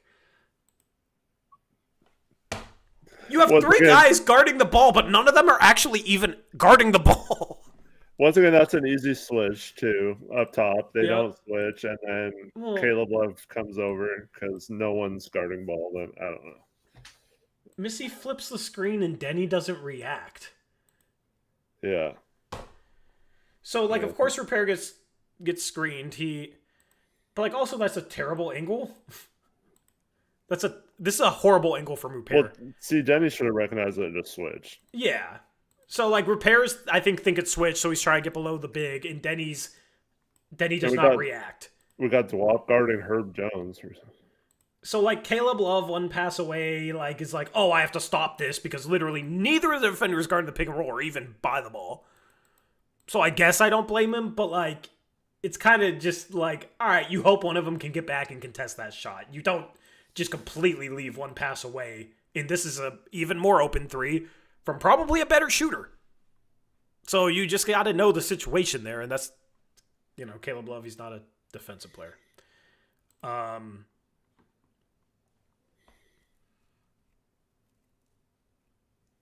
What are we in? That's the 1-2-2. Yeah. All right. So we're running zone. So no one's there to cut off the screen. Why are we running a 1-2? So the 1-2-2. Guess what? You screen the guy up top, and you have somebody that can drive, and they drive down the middle of the bottom four guys. Yeah. Super easy to beat in the NBA if you have shooting. So Denny comes over. And now at this point, your zone has completely broken down. Like Denny's supposed to be the top right of the 1-2-2, and now he's like the bottom middle of a 2-3. But like also provides no resistance. We basically have three people in the paint defending Poole, and he still splits all three of them. Like they look like, all right, we're running a 1-2-2. I don't really know what to do here. Like they don't know how to deal with. This is always how the zone looks. A basic screen on the top guy. So coaching staff, stop running this freaking crap, please, man. There's a reason why good defenses in the NBA don't run a crap ton of zone. Do the Thunder run zone? So it's just stupid. It's like trying to be too cute and gimmicky, and it looks awful. Like that. This whole possession looks freaking awful. Thing is, we're only getting started with the second quarter here. Of course, we're just reacting to Meg, so we're not seeing good defensive plays. There was some good defensive plays, but like, obviously the theme is here. You gave up 143. Oh, look, Eric, what did I say? When you're running a 1-2-2, you know what you do? You just screen the top guy, and then somebody drives down the complete middle of it. What happens the very next bucket they score? Oh, Missy screens repairs at the top, and Alvarado drives down the middle of the freaking zone, collapses everybody, and kicks out to a wide open Jordan Poole. Yeah. Dude, it's so dumb. It pisses me off how dumb this is. Because now people on Twitter, you just don't understand the coaching staff and what they're trying to do. All right, man. I will say, Duop got a good contest, but like it's an inside-out pass. It's the easiest pass to shoot off. If you're already square, you're catching the ball coming from the rim.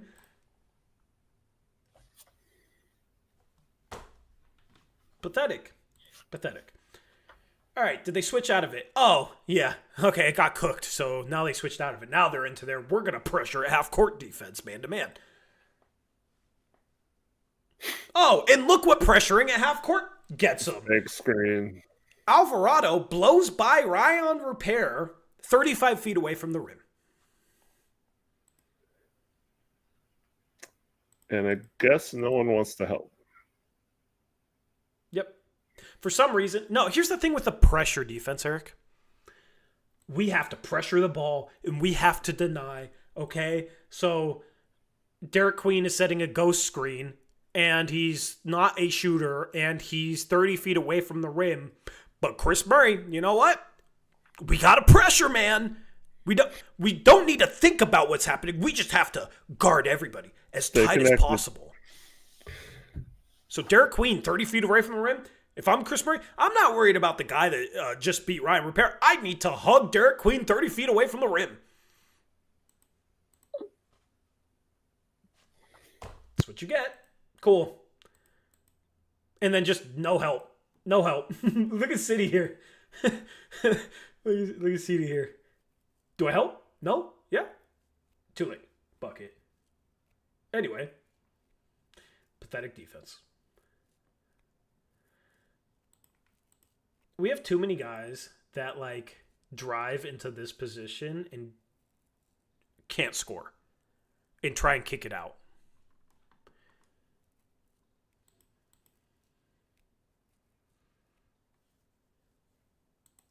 Ryan Repair doesn't recognize Trey Murphy. He doesn't see him. Trey Murphy left Kamara at the top of the arc and rotated down to Denny. And Ryan Repair doesn't process that fast enough. Tamani's completely wide open. Instead, he tries to throw it to Denny because he doesn't see Trey Murphy moving down. That's just low processing speed. And it results in a fast break. And nobody picks up the ball. And then Ryan Repair fouls him and gives up an and one. Doesn't even stop the bucket, but makes sure to send him to the free throw line. So, Repair had a good game. But like, this is the type of stuff that keeps him off the floor. Right? You can't make that mistake. You can't give up the end one there. You got to process things faster than that.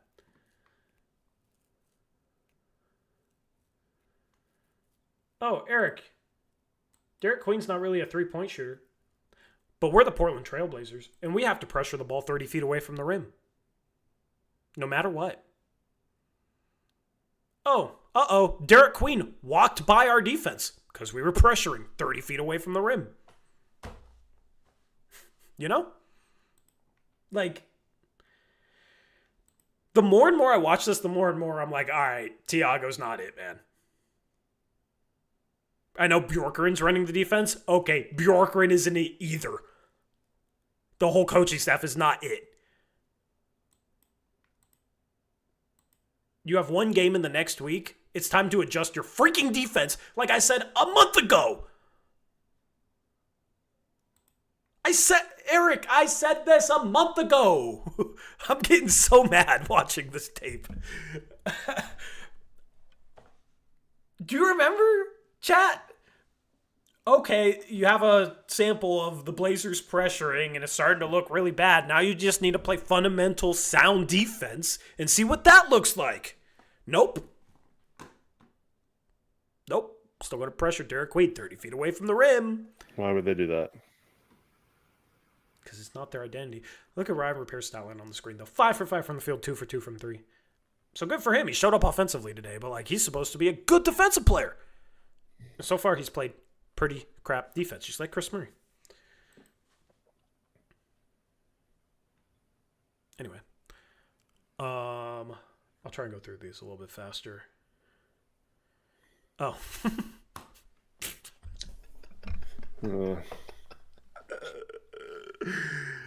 One pass blow by. Oh my God, man. Oh my God. We got to pick up full court, you know? So we're going to have Tabati come up to pick up Queen. We're going to have Chris guarding somebody behind half court. They're just going to throw it ahead to Poole, and he just has a whole side of the floor to drive one-on-one against City Sissoko. And then once again, City, just not good defense at all. Like, his archetype is he's supposed to be a good defensive player, but he's probably not. And he doesn't do enough offensively to be a not good defender. So, goaltend, cool. Your pressure's getting freaking cooked. This is how you give up 88 points in the paint. It's not just not having a center. It's by pressuring and letting everybody beat you off the dribble and get to the rim.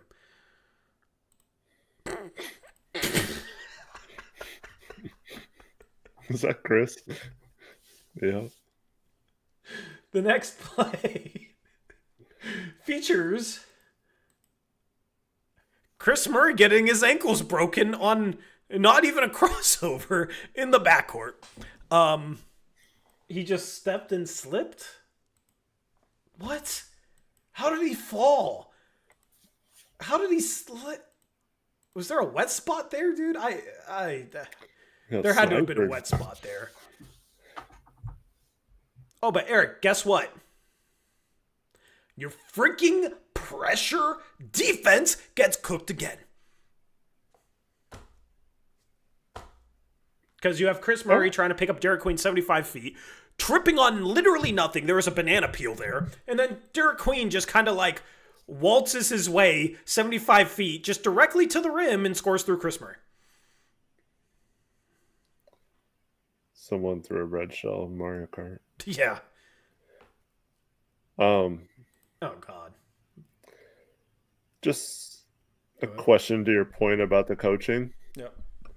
How do they not do exactly what we're doing and notice all this? I would love to see a film session because there's no way they don't go through this. Yeah. But it's just like, as a coaching staff, do you see the film and be like, okay, maybe we need to change things up. Maybe we need to be better. Or is it just like, you guys aren't executing our stuff well enough, even though it's some of the stuff not working. Like, if your stuff's putting defenders in impossible to execute positions, you should probably reevaluate what you're running defensively, but that's just me. Okay, so you have a bad Jeremy shot here. And I mean, like, it's just guys that, I mean, look at this shot's up. Caleb Love's the furthest guy to the rim. But look at Jeremiah Fears. He starts running and has 2 steps the other way before Caleb Love turns around and runs back. And Caleb Love's the last guy back. Like, all right. Point guard, he should know that. Yeah, you gotta be a little bit better there.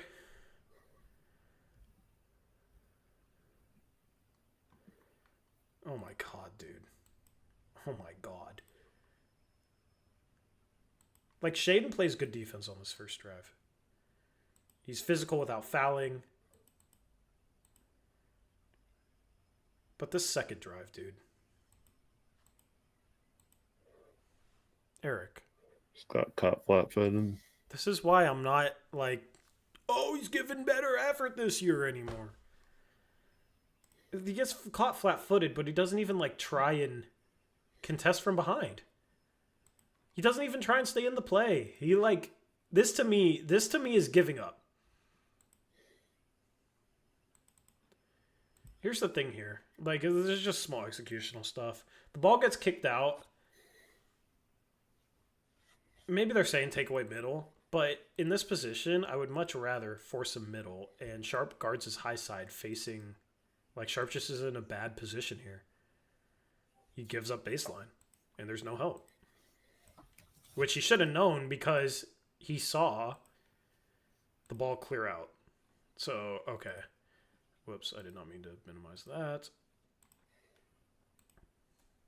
Sharp has to provide more resistance or at least try and stay in the play. Oh, look. Ryan Repair. His archetype is supposed to be a defensive one, by the way. Gets completely cooked. Completely. Filet mignon. I don't know how to say that. I don't cook. Jeremiah Fierce, he cooks. He cooked Repair there. Cooked Repair. I can barely remember any made threes. It's kind of crazy how much of it's just at the rim. Okay. This one. It's unfortunate. Denny doesn't get a good box out, but yeah. Sharp just loses the ball. Yeah, I'm not even going to put blame on anybody there. Like, Denny was in between his guy and the rim. The ball came out. He tipped it. Whatever. You're going to have plays like that where stuff just happens.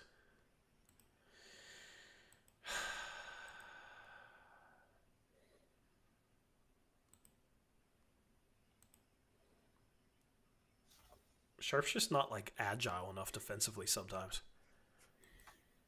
Have you noticed that? Yeah. That's just too stiff. It's just too stiff. Okay, second half. First play of the second half. Oh, look. Derek Queen just cooks Jeremy Grant off the dribble. Just too many guys that can't contain dribble penetration. What is Grant reaching at here? It's just not locked in defensively. Not moving your feet defensively. Should be quicker.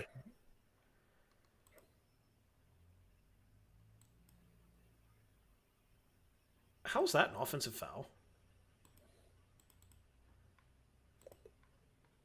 That he's chest to chest with him, and I'm surprised they call that an offensive foul. You don't normally see that called as an offensive foul, but all right. Yeah. It's the league's we got to stop giving Denny calls. Okay, the next play, Denny's all right, since you guys blew a bad whistle for me, I'll play some bad defense now. Now it's my turn. But Eric, look at all the space. Why is there this much space? Because we are... we are double team denying Bryce McGowan's 80 feet away from the rim. So what do? We force the ball into Derek Queen with all the space in the world. The inbounder is ahead of both guys, by the way. So this is literally a 4-on-3 that we created simply because we were just we're going to double team this guy as far away from the rim as possible on the inbounds pass. What the hell, man? Stop trying to be so cute we're going to pressure harder than everybody. We're going to reinvent defense in the NBA because we're going to play defense like it's high school. We can just pressure everybody. Doesn't work. It's the NBA. Figure it out. But also Denny here, man, you kind of just, you got to recognize Chris still has a chance in this play. Don't give up an open three. But also it's here's the thing. When you have this much space, you stretch the guys that are back, you stretch them thin. Mm-hmm. Or it's if Chris can't contain this, somebody has to help, and then they're 20 feet off a shooter. And they get a wide open three. So that's why. That's why.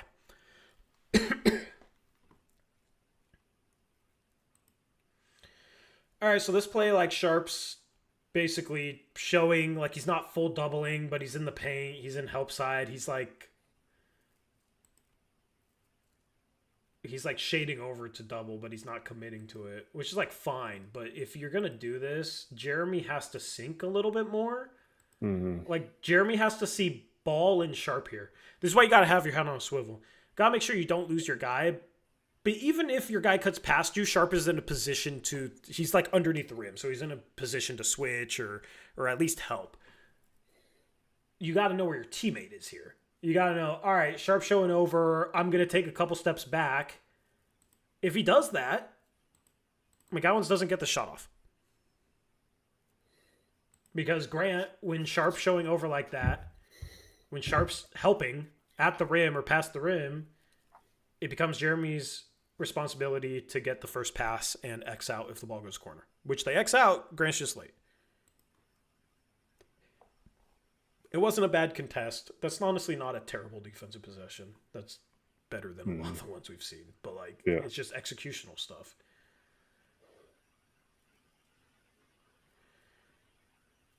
All right, so Chris Murray just gets bullied on a board by Derek Queen, Derek Queen's bigger. And Derek Queen, just the play set up where Derek Queen was already close. At least he tried to box him out. Yeah. But this is where, Eric, you know who has to come down and help, ideally? Would be Jeremy Grant. And he doesn't help at all. At least swarm the ball from behind, come down, try and battle on the rebound. But Grant just kind of watches. So that's really the only critique there, I guess. But that's kind of nitpicky. It's just kind of unfortunate. Oh, Eric, guess who got back cut? That'd be Chris Murray. Yep, Chris Murray gets back cut. Because guess what? We got to try and deny one pass away. But why is this back to his guy? He's way... Oh, my. That's not how you play the passing lane, bro. What is he doing?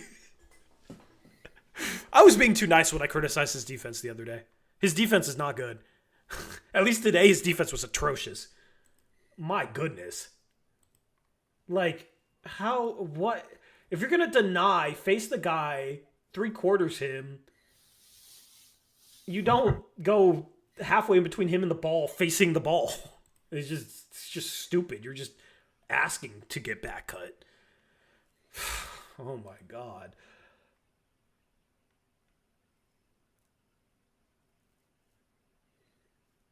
All right, that's a tough shot. All right, I'm not gonna.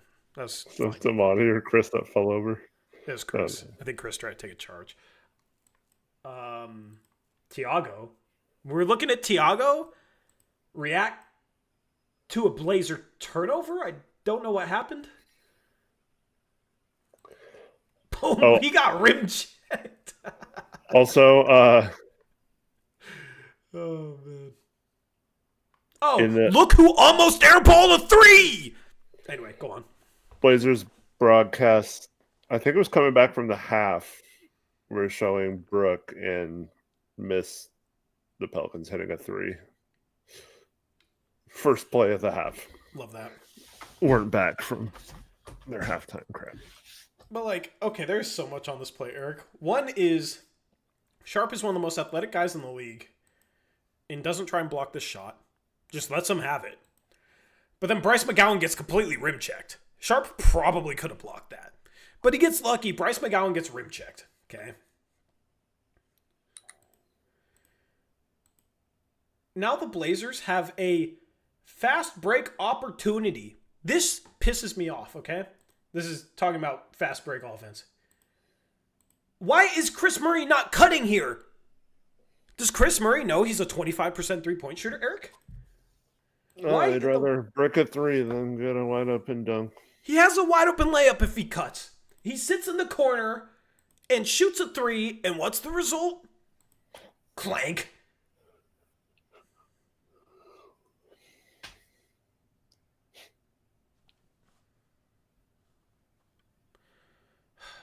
I'm not even going to say he does the little things well anymore. I'm done saying that for him. Oh, look, we get to see Tiago some more look concerned with what's happening on the floor. Oh, yay, Eric. They successfully switched. Oh, and then Denny gets back cut. Yep. Why? Because Denny is facing the ball. Are they in the 1-2-2? I don't know, because they keep... Chris didn't know it if they were. And City City cheated up, so I don't think they're in the 1-2-2. I think this was man, but Denny, dude, we gotta stop. Well, okay. Yeah. Going back to something we talked about earlier. What is wrong with them? What was wrong Is with that them? my mic? I think so. I'm hearing feedback. I don't know.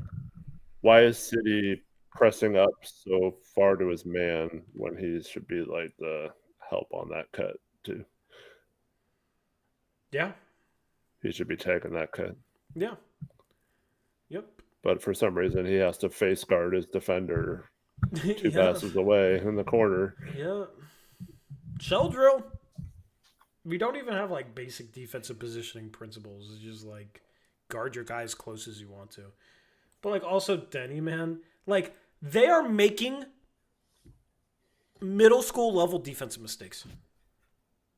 Like they are making some horrible, horrible defensive mistakes.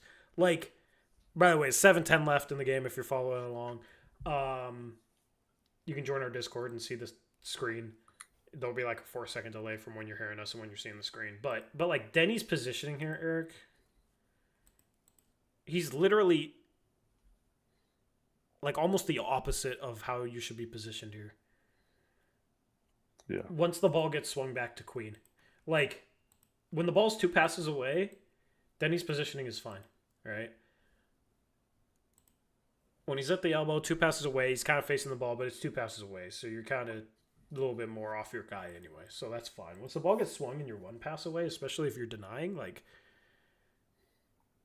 that's where you play. The inside foot is the top foot here, not the outside foot. So basically, if his guy cuts, he has to turn completely around to go with him. And it's easy to be blind to it, and that's what happens here. Like, he's not in position. Nope. That is a great pass. And Denny almost tipped it. So credit to the pass, but, like, not good positioning by Denny. Can't get back up there. Oh, Eric. Guess who didn't help when his guy was straining again? Oh, my God. If I see any more Chris Murray defensive mistakes, I'm going to lose my mind and maybe punch my webcam. I can't with this guy. I cannot, Eric. So they enter the ball kind of like a little bit past the high post, almost on the 3-point line to Derek Queen. Chris Murray's guarding the screener. Shaden Sharp's getting back screened. Oh, look, Eric. Off-ball screens. Look what happens when you play a team that has no idea how to guard him. You can score 143 points. Right? So, Chris Murray is guarding a screener who's 4 feet, 3 feet above the 3-point line, back screening Sharp. And instead of dropping off his guy a little bit to help with the screen or switching, which here I just Who is that, by the way? Is that even a shooter? Jose Alvarado is coming off the screen, and he's guarding... who's the screener? Missy? No, Trey Murphy. Oh, okay. I think that's Trey Murphy. The shooter. Yeah, it's Trey Murphy. So... But Eric, guess what? You know who's multiple passes away on the weak side? That's like not in help position. Has his back turned and not even looking into the freaking play? Yeah. Tamani Kamara. Second team on defense. You remember when I said he did this earlier in the game when the ball is on the opposite side of the floor? Yeah. Like he just walls up. Anyway. Like Chris has to drop a little bit, take away this passing angle. Or just switch like we talked about. Yeah. But like if he drops here and then Trey Murphy comes off for a handoff, you got City. That's where you'd switch. Right? So... It's just stupid, man. He's not like this game like really stands out where I don't know if you guys were watching this game like Chris Murray's playing really bad defense, but this game was really, really dumb defensively. Like really, really, really bad by Chris Murray defensively. And trust me, I'm not trying to pick on the guy. I'm literally reacting to the plays as we go.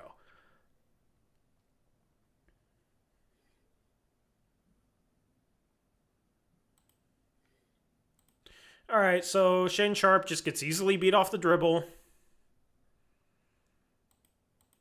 He's standing up. Yep. Yeah. And too stiff. He doesn't move well defensively. And it's not this isn't a calf issue or anything. It's not an injury issue.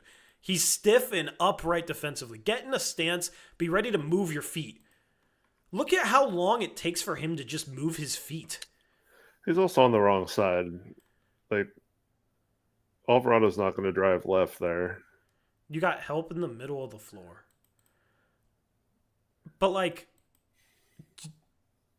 do you see how slow he reacts here? He's upright, stiff, takes forever to react, just gets beat off the dribble. Tamani has to help. And Denny here has to help down onto Tamani's guy because Tamani had to help.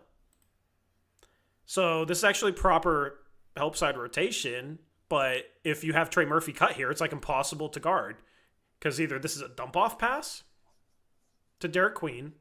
If Tamani doesn't help, it's a layup by Alvarado. Tamani helps. If Denny doesn't help down, it's a dump-off pass to Derek Queen for a dunk or a lob.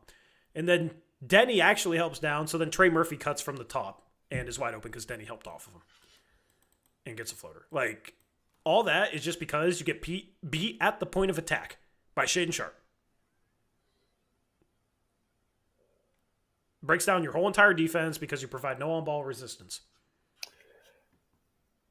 Prestigious guy in chat says, evidence that we'd have less wins than the Pelicans if we didn't draft DC. Yep. This is the type of stuff that DC, saves. Yeah. Yeah. Yep. He can't save it all, and that's why we still suck on defense, but yep. He masked a lot of this. Oh, look at Jeremy Grant just kind of lollygag around. All right? He's guarding Trey Murphy. I don't know. Let's not defend him. Let's just play upright and die on this screen. Did he die on this on this screen? That wasn't even a screen. Is he this bad at getting through screens that he just kind of runs into other players and it just kills them?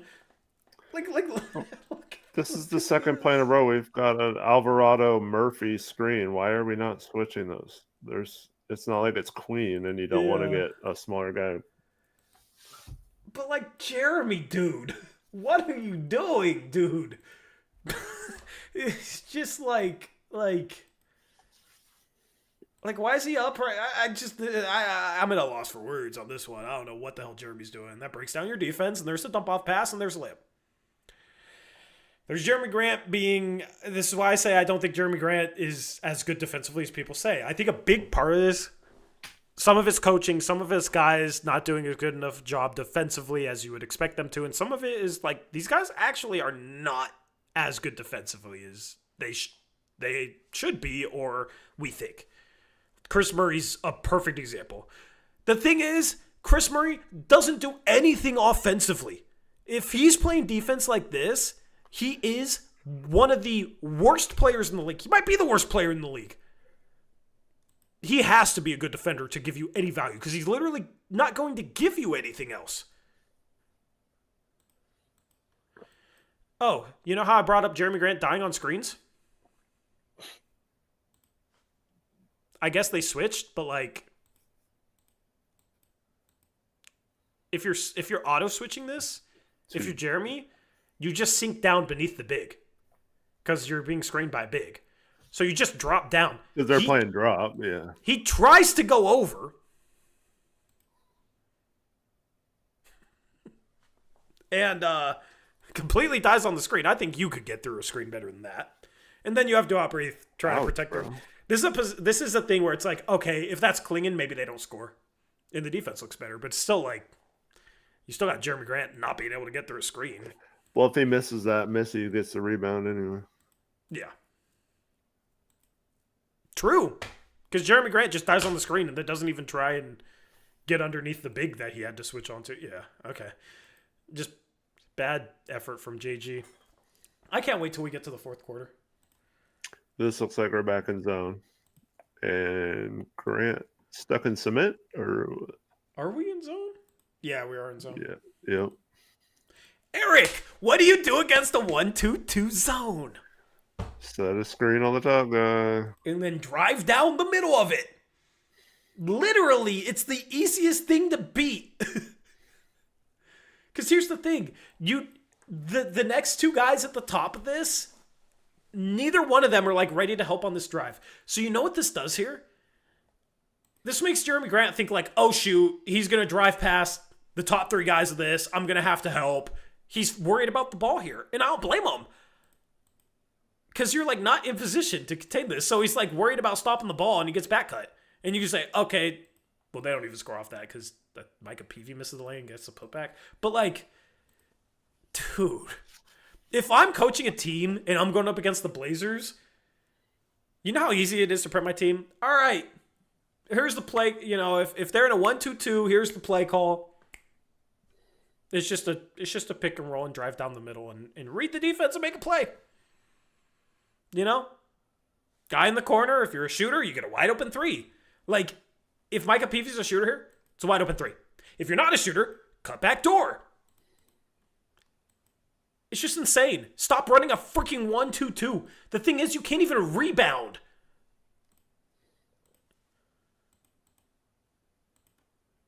Like, here's the problem with this, too. So, you set the screen. Missy rolls.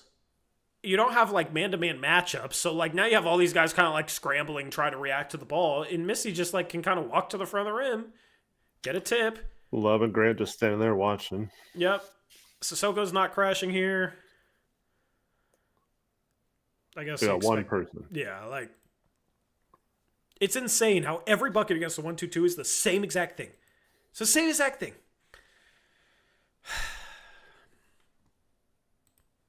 No. Eric, we're still running the 1-2-2. Oh, look, they're setting a screen on the top guy. I wonder how this goes. Oh, look. Oh, they sent a cutter into the middle instead. Yeah. So at this point, there's a minute left in the third quarter. That's the play we're reacting to. You go to NBA.com, click on Field Goals Made. You can watch along, or you can join our Discord voice chat and watch along. Okay. I wish I could show this and break it down for you guys. But essentially, every time the Blazers have run a 1-2-2, they set a screen at the top and the guy drives down the middle and is able to get past not only the top guy of the 1-2-2, but the second layer of the 1-2-2 zone. So, because of this, they set a screen on the top guy, Chris Murray. He's one of the top two guys in the 1-2-2 zone.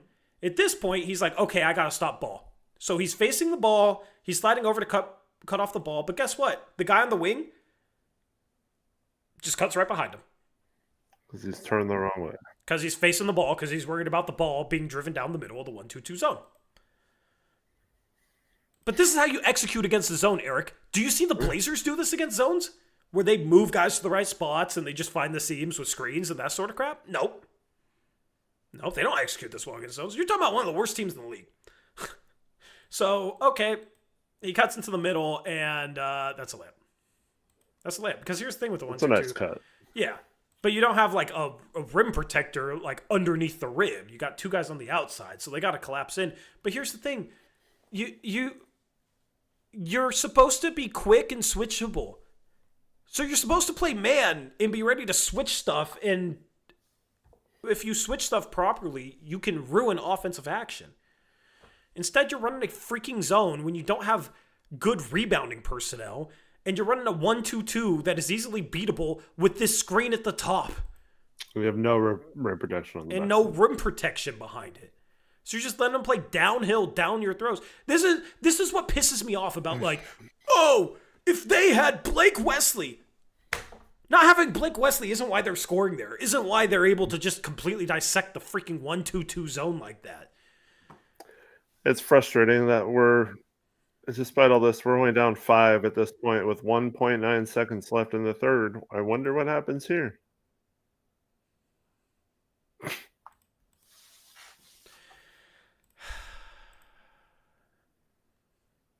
Eric?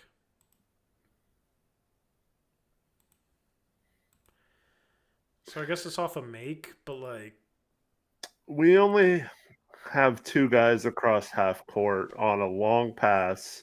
They have 3 with 1.9 seconds left. Like, all you have to do is get back and you stop this. But also, like, Jeremy, dude. Where's he going? Where's he going? Horrible contest. Like he just the guy catches the ball and Jeremy just kind of like runs right past him and then doesn't What? try and go contest. At this point, you sell out for a contest. There's 1.4. There's literally only one thing he can do is take this dribble and shoot the ball. He doesn't have time for anything else. Sell out to contest it. Do you think he's going to drive or pass with 1 second left too? Why is CD backing up? Yeah, That's what I'm saying. Like, we're so dumb. it's so dumb. Oh, Eric. So we're in man here.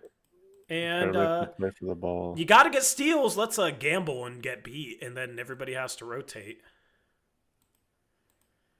The thing is like, Denny's thinking he's help guy here.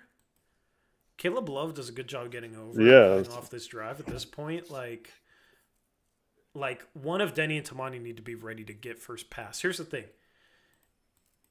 If Denny's help here, okay, let's say Caleb Love doesn't pick up the ball and Denny helps over. Tamani's job is to take the first pass.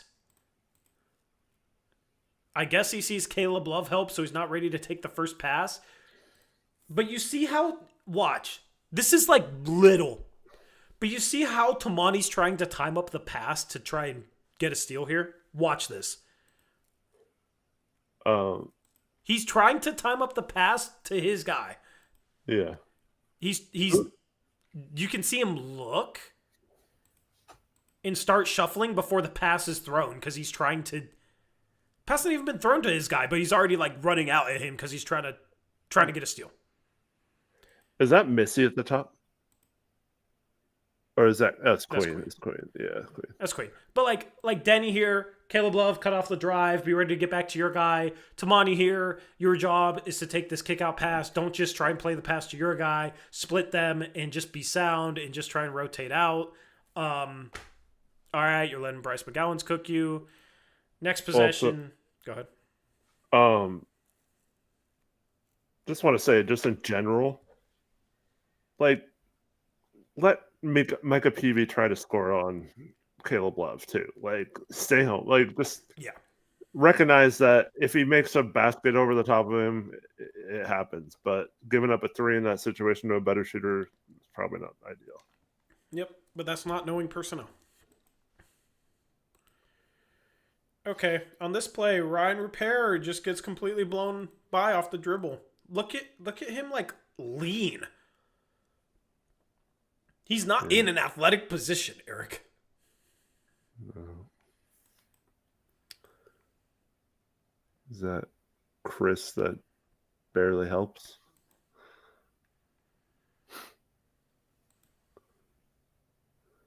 And then why does...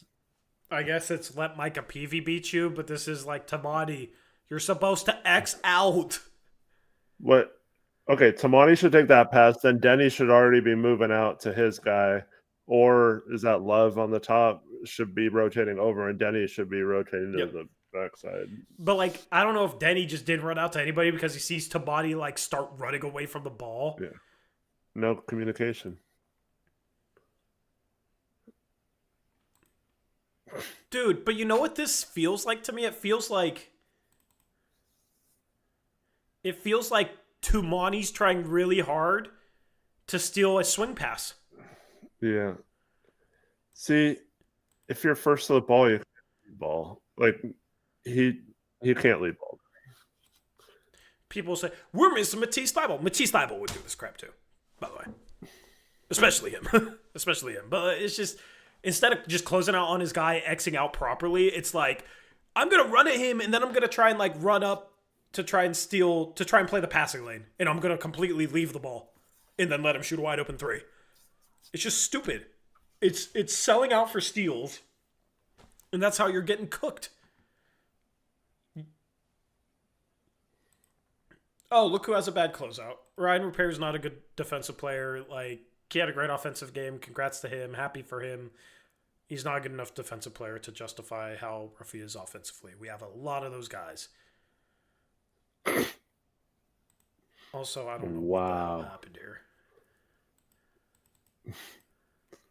But then he just, I guess he maybe gets fouled. But, Yeah, that's a foul. Okay. or it's a flop. I don't know. Let's zoom it down. Challenge. I mean, he kind of just gets whacked. I don't even know if he hit the ball. Yeah, he got fouled. He got fouled. Ref's looking right at it. Yep, but what are we in? Is this 2-1-2? Or are we in man? I think it's supposed to be the 1-2-2, but the guy in the middle is sagging too far. I don't know. What are we in?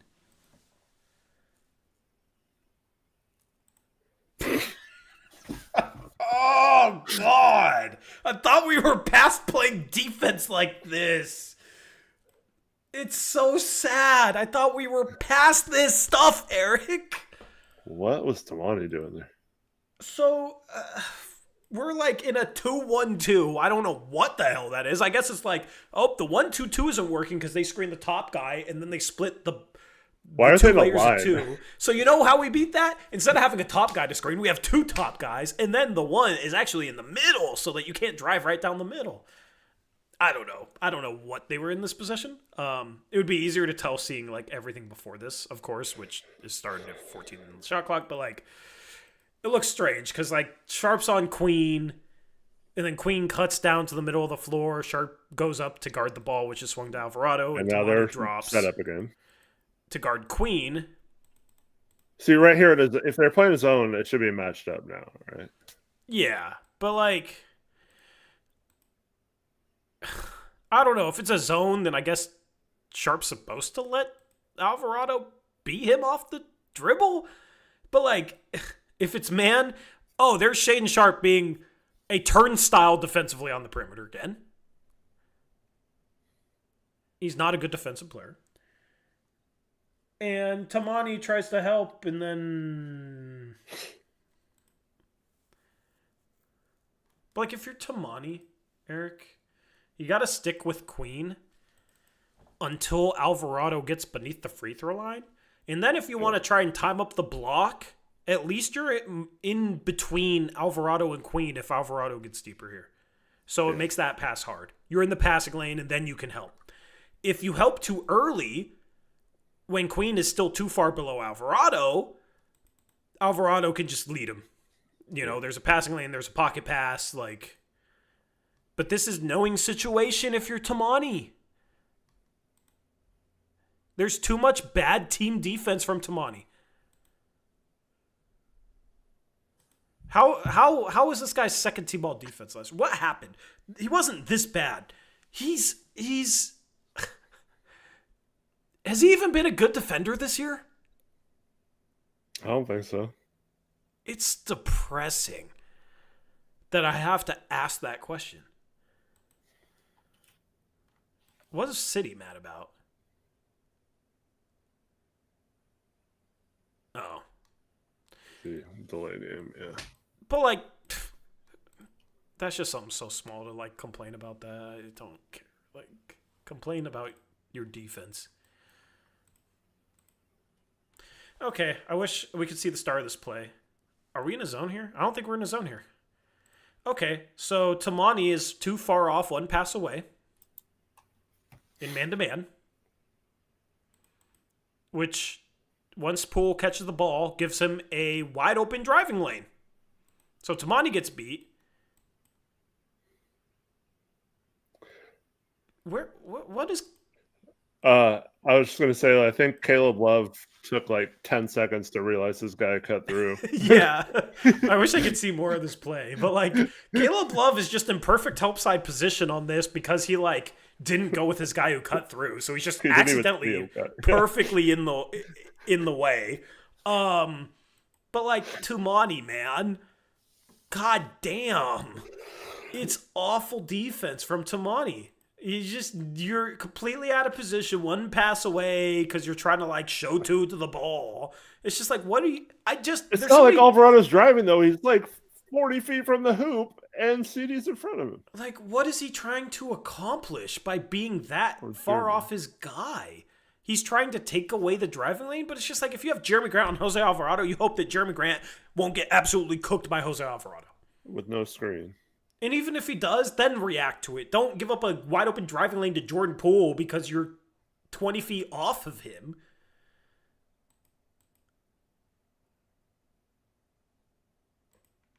Okay, there's a lot on this play. So Caleb, God damn, dude. So City's job here, because Caleb Love is the help guy from that side, City's job here is to take the first pass. City is actually in perfect position. We have 7:58 left in the fourth quarter, by the way, if you're trying to watch along. Join our Discord, you can see the screen. Sissoko's in perfect position at this point. Perfect position. Okay. He takes the wrong guy because he's trying to cheat the pass and get a steal. If he just stayed here, I bet you, if he didn't try and cheat the passing lanes and get a steal, I bet you he could have actually gotten a steal. Because that pass is kind of a crappy pass. But regardless, City's job here is to take first pass. They kick it out to the guy that was like free throw line extended. The ball bounces once. It's just a bad pass. But City tries to cheat down to the corner, thinking the ball's getting cornered, and he's trying to get a steal. There is so many defensive breakdowns because guys are hunting for steals and completely out of position. Got to create turnovers. They're not even creating turnovers. No, so. This is what I was talking about when I said now they need to see what they look like defensively if they just try and be more sound. They have one game in the next week. They have a ton of home games coming up. They have an opportunity to practice. They have an opportunity to watch film. They need to cut this crap out. They need to cut it out. You can't be the guy that's supposed to X out, the guy that's supposed to take the first kick-out pass, and choose the wrong freaking guy. Like, that's ridiculous because you're trying to steal. Trying to get a steal. Thing is, it's such a bad pass. Caleb Love, who helped, can run all the way out and get a closeout, but guess what? Bryce McGowan's doesn't even pump fake. He shoulder fakes. He head fakes. And Caleb Love goes jumping past him. And then it's a mid-range pull-up. I'm starting to wonder if I could have scored 30 on this defense today. I'm kidding. Maybe. All right, next play.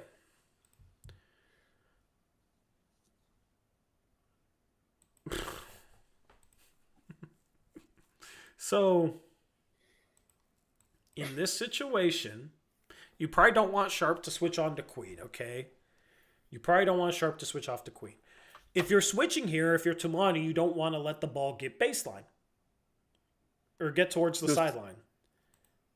Can I ask a question? Well, I was going to say, if you're Tamani here and you're not switching, you need to give Sharp a gap. And he doesn't give him a gap. Sharp runs into him. He blocks him. Yep. Would it be too much to ask in this situation? Just once. Can Tamani jump this screen and trap the guy while he's going towards the sideline and you have a third defender there? He did that type of stuff last year. Yeah. Like, all he has to do is jump that screen and they could trap him right there. He's a rookie. That's Fears, right? Yep. It's two rookies. Yeah. Making the Blazers look like you're trying to create turnovers. Why don't we do crap like that to create turnovers instead of fake playing the passing lanes? Yep. But like Tamani here screws this whole thing up. Either switch or give Sharp a gap. And if you're going to switch, he switches too late, so he gives up sideline. And then he flops. Tamani flops. Instead of just being like, I'm going to play sound defense and get a stop here, it's like, I got to draw an offensive foul. I barely get shoulder bumped by this fresh 19-year-old rookie, and I'm going to go flying 25 feet. I don't know, man. He bodied Sharp earlier, too. Maybe he can he's bench like 600 pounds. So. Yeah. I mean, this is where just like Tamani's not being sound. late to switch, doesn't give Sharp a gap, so just technique is bad at the top, and then he flops and doesn't get the call because he's trying to sell out for turnovers. Not good enough, man. Not good enough from Tamani. Oh, Eric, guess who gets easily blown by again? Shane Sharp. Because he's reaching? But he's like a foot away from even touching the ball? Well, Fears does a good job of acting like he's going to go around that double screen. That's full straight 5Gs. Yeah, but like... Here's the thing, like, you're not going to stop him from using these screens, even if you do jump it a little bit early. There's two of them. Mm-hmm. Like, he'll be able to put his shoulder on you and drive you into at least the second screen, you know? Like, but regardless, in this situation, you force him to the screens, you should be ready to switch. Look at Sissoko, like, mug Queen. I think that's kind of funny. Look at him hug him. If you're Sissoko, like, why are you this close? Like, help, maybe switch high or help high once he comes off the screen, but he's not even close to the screen. You're just hugging the guy. Denny's 3 passes away, and he doesn't even have a foot in the paint. So he's not ready to help. And Sharp is just lunging the wrong way. Lunging towards the screens, and just gets completely crossed. And completely blown by off the dribble. Sharp is a bad defender. People gave Anthony Simons a lot of crap, said Sharp needed to be the shooting guard of the future. Guess what? Sharp is similar defensively. People thought, oh, because he's 6'5", he'll be better defensively because he's bigger and more athletic. Doesn't look athletic on a lot of these plays where he's getting completely blown by a rookie or Jose Alvarado. The brutal stuff. Did you, Eric? I can't make this up. The next play, you ready? Blow by. That is the worst closeout I've ever seen. But did Sharp pat the floor? Oh, that last one was Poole, not Fears? Okay. Poole and Fears kind of look similar to me. Did what? I'm saying, like, when you're trying to pretend to be a good defender, you slap the floor. Why is he closing out on the high side? Yeah. Why is he closing out on the high side? Stutter step your feet. Don't lunge on the second to last step. Okay, it's bad technique. He's not low. He's off balance. It's just a horrible closeout. And he's closing out so high. Close out baseline. You have help towards the middle. And you have a better chance of, like, staying in the play if you force a middle here. It's just horrible. Just horrible defense from Sharp, man. He's a really bad defensive player.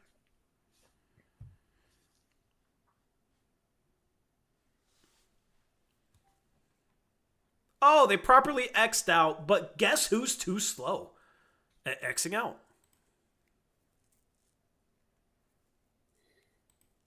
Well, the thing is, like, normally the low man's supposed to help here if it's Sharp. But Tamani is the one who goes to help. And good job. He probably didn't need help. I've been crapping on Sharp for his defense. This possession, he did a perfect job. Yeah.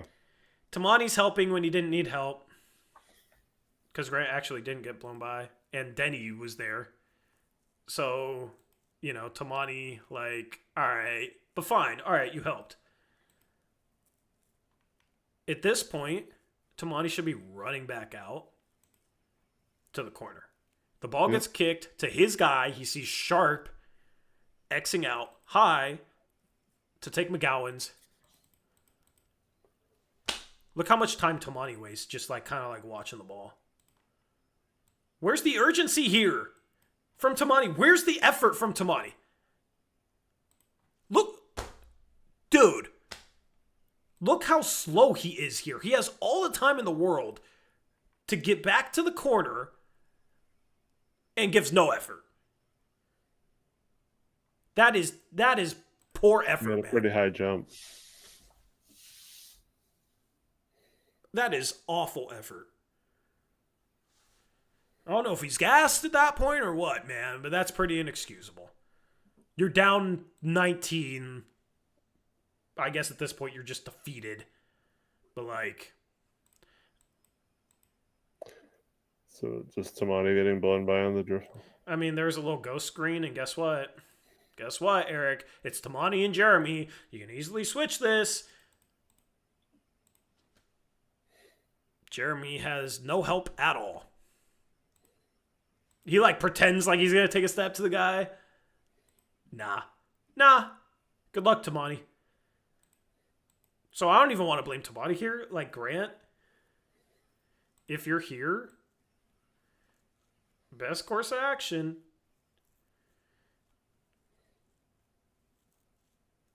You stay there, and if they kick it towards where Trey Murphy is, you let Denny play that pass, and then you try and recover to whoever. But their spacing is bad. Like, Denny can guard both those guys until they spread out more. So.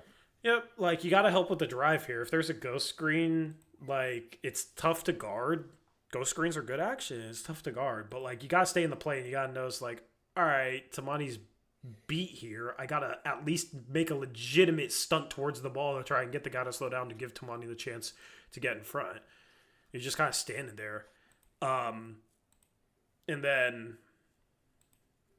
the problem is on this play is you only have one guy, like, low weak side. I guess you could say Denny should be dropped off a little bit more. But, yeah. God, Bryce McGowan's cooked us. We're going to go over themes, and then we'll wrap up the stream.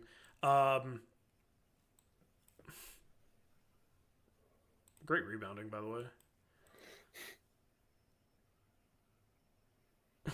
Grab the I was ball. kind of watching. Grab the ball, and then nobody on Trey Murphy. The thing is, Sharp was on Murphy. What is Sharp? Just watch Sharp this whole possession.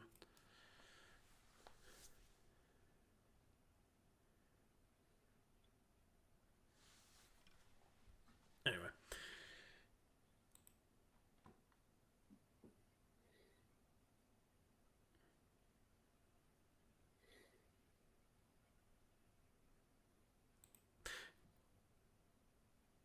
That's tough.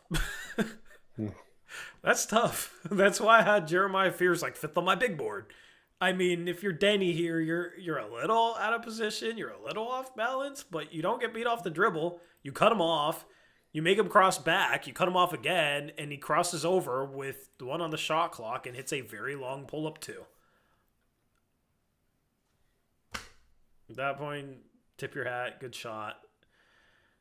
We've given up at this point, so this is yeah, but still, it's fun to just watch Jeremiah Fears completely blow by Caleb Love. After like 8 between the legs dribbles. Yeah. Yep.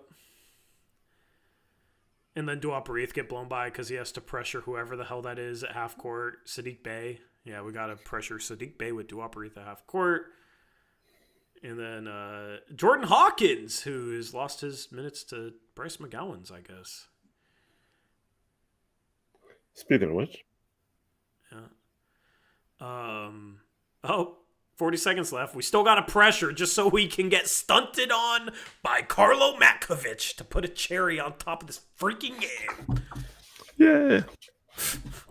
Like, epitome of our defense. Man, pressure all the time, no matter what. It doesn't matter that we're down 21 with 40 seconds left. Guess what? We still got to pick up full court just so we can get lobbed over the top for a reverse alley-oop.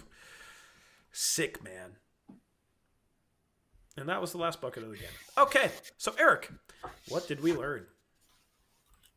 That our defense sucks. Shout out to everybody in the Discord watching this. Okay. So, themes. Chris Murray, awful defensively. Ryan Repair, awful defensively. Shane Sharp, awful defensively. Tamani Kamara, honestly, tonight, pretty awful defensively.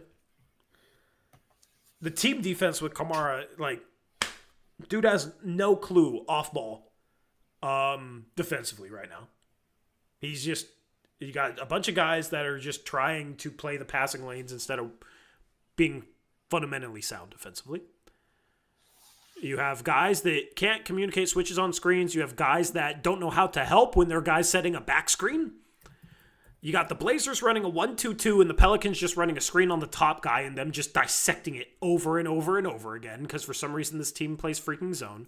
You can't rebound, but you're still running zone.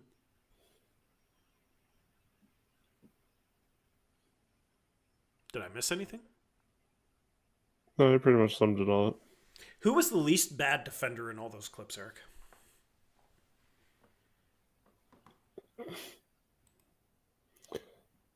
I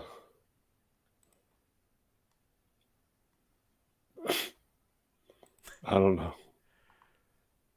Caleb Love? Well, I mean, in terms of like volume of plays. Dwapari? I don't know. I feel like Denny made some mistakes, but I feel like Denny's the least bad.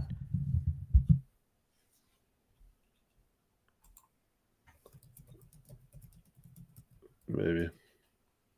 He also wasn't. They're using him a lot. Like hiding him a little bit on defense.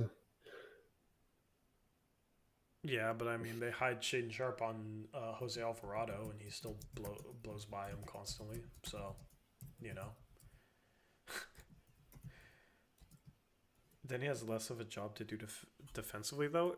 Bro, like, even the most basic of defensive jobs, we have guys on this team that don't know how to do it.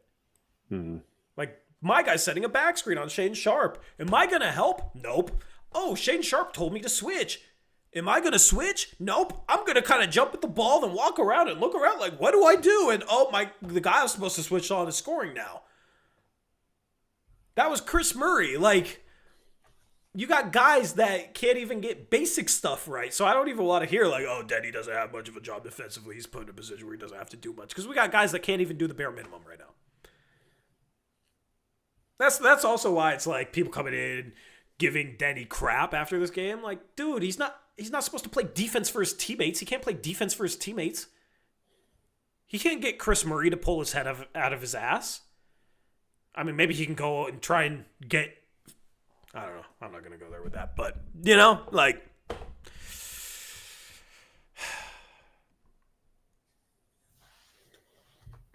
But at this point, Eric, you got to call out the coaching staff as well.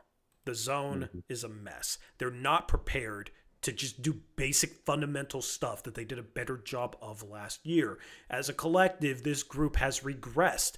I don't even want to say, oh, man, we need Chauncey.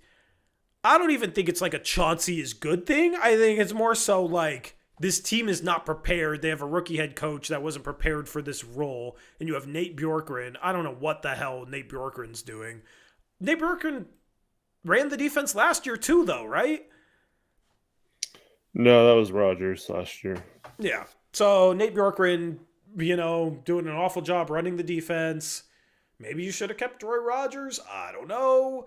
But like from the zone to not knowing your personnel to not being ready to switchable screens when you're playing a switchable lineup because you don't have point guards or centers. So instead of playing to your strengths, like you're not ready to switch. To just some of the little technique and executional stuff like positioning, just all of it's a mess right now. All of it's a mess. Yep. But like you would expect Tamani to be better. You would expect a lot of these guys to just do a better job naturally as well. Mm-hmm. Yeah, I agree. So they're making like dumb mistakes too. Like they're not even. They had 3 days off to prepare for the freaking Pelicans. I mean, my goodness, man.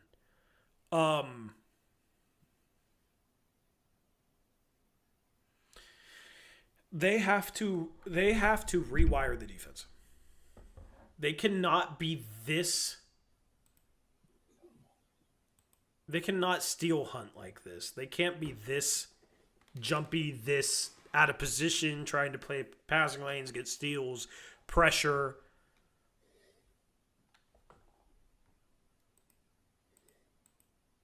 their whole identity defensively is in rubble right now. Like, everything they try and do defensively to play to their identity of, like, we're a pressure team, we're going to force turnovers, kills them. Yep. And that's why the Blazers,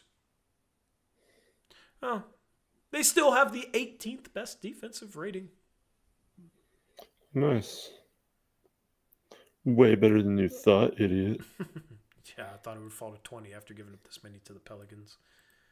They're getting pretty close. They're getting pretty close. The offensive rating is also 18th. The adjusted net rating is 20th.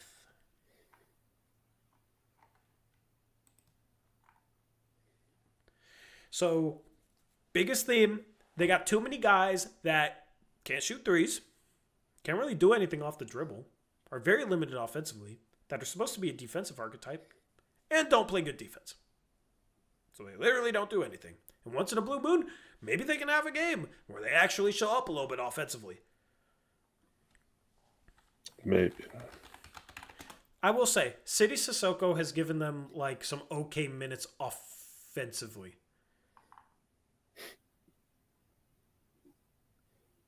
And today he had 20 points, was 8 for 12, was 3 for 6 from 3.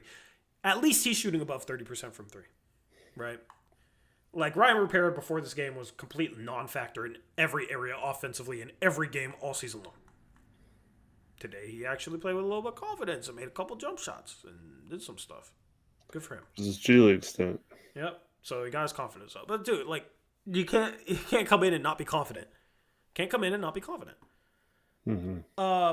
Sissoko was 32% from 3 before this game. That's going to go up. I don't know. I mean, they're completely wide open, towing the line threes. But maybe he's developing as a shooter a little bit. And he moves better than Chris Murray or Ryan Rupert. So if you have to keep like one of those three guys, I honestly would rather have Sissoko than the other two guys at this point. Do you agree with that, chat? Do you agree with that, Eric? Yeah, probably. I mean, I don't think there's much of an argument. Yeah. But, I mean, at this point, like, I'm cool with get rid of Reith. Get rid of Reith. Get rid of Rupert. Great game today, Rupert. But this isn't happening often enough for me to change my mind off of one game. Get rid of Rupert. Get rid of Reith. Get rid of Love. I was on a two-way, whatever. I'm cool with getting rid of Sissoko. Get rid of Chris Murray. Nah, but we picked up his option for next year. Picked up his option next year. Chris Murray today, 0 for 4 from 3. He did have 2 steals and 2 blocks. I feel like that's why people think Chris Murray's a better defender than he is. They'll notice the steal, they'll notice the block. They won't notice him get completely lost off the ball and get cooked. Like, they won't notice the mistakes. He makes as many mistakes as he makes good plays defensively. He's not a good defender. I will die on that hill. And he was 28% from 3 before this game. 0 for 4. So what? That's back down to like 26%? Yeah, no. He has not improved on anything offensively. He catches the ball. He's scared to shoot. Or sometimes he's not scared to shoot, and he'll airball or clink the front of the rim. But if he's scared to shoot, okay, then he'll drive, and he'll drive into the middle of the paint, and then, like, more than half the time, it's like drive to the middle of the paint, and then I'm like, oh, I need to pass out to somebody. Who can I pass out to? Like, not even looking at the rim, like, looking around, like, can I pass it out to anybody? It's ridiculous to me. It's ridiculous to me. So, that's the thing. Like, people will give Cronin a pass because of the injuries, and the coaching staff's not doing a good job right now. I'm ready to start criticizing them, the stuff I'm seeing. But, dude, like, there's just so much crap on this roster. They got Bryce McGowens, who's capable of doing what he did tonight, going 5 for 5 from 3. Man, maybe we should just kept Bryce McGowens because at least we'd have a freaking shooter off the bench. No. Nope. Why would we want that, Tori? Nope. We don't want that. So, anyway. Too much crap at the end of this roster. Like, you literally have Rupert, Reith, Chris Murray on NBA roster spots. You also have Young Hansen, who's really far away right now. Did you hear what I was saying after you left? I heard some of it. There's something you wanted to talk with me about. I forget what it was. Well, one was just how are you not ready to play 4 days later with a face contusion? I don't know. What's up, Mubsy? Thank you for the $10 Canadian donation. Appreciate your help with the graphics tonight. He says, good night, lads. Have a good rest of your night, Mubsy. We've been going at it for a while. Shout out to Eric for bearing with this, but I enjoy breaking down the tape and laughing at mistakes. They should break down all these mistakes themselves. We need to be on a show where we can show highlights. I know. Like a TV show. Yeah, I agree. I wish. Maybe in the future I can have the camera angle and show my TV and break it down on the TV. That was actually a plan at some point this season. I get 2 weeks off at the end of the year. I'm going to build out the post-game shows some more. Nice. Yeah. Coward was not mentioned in this stream until now. Wow, you just ruined it. He was not going to be mentioned tonight. Oh, the other thing you said was the pace. Yeah, did you see that Yeah. Venn diagram with the... Yeah, I heard you talking about that a little bit. What was your question, though, again? Oh, the Venn diagram, yeah. I was going to wait for you to talk about it, is all. I didn't have a specific question or anything. Like, what'd you say? Like, none of the top offenses were top 10 in pace except for the Cavs? Yes, they're the only team. All the rest of them were bottom offenses. It's almost like when you can't score in the half court, you have to try and play fast.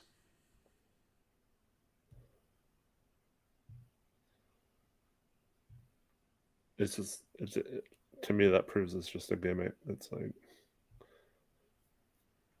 I mean, were the Pacers top 10 in pace last year? I mean, you can play fast and do well. I'm not saying you can't. I'm just saying, if you just deciding to play fast, any team can play fast. That doesn't mean there's no correlation between pace and good offense. It doesn't mean you're going to be good because you're playing with pace, but you have to have other things other than just the pace. And especially when you push the pace and are a top 10 pace team, but can't create any transition opportunities. That's still mind-blowing to me.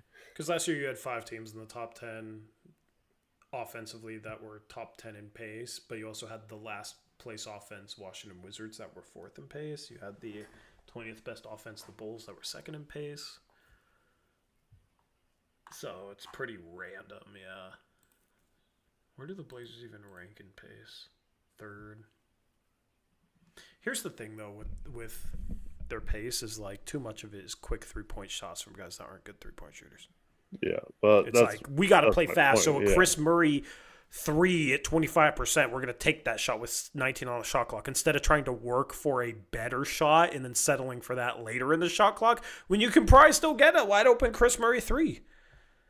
Mm-hmm.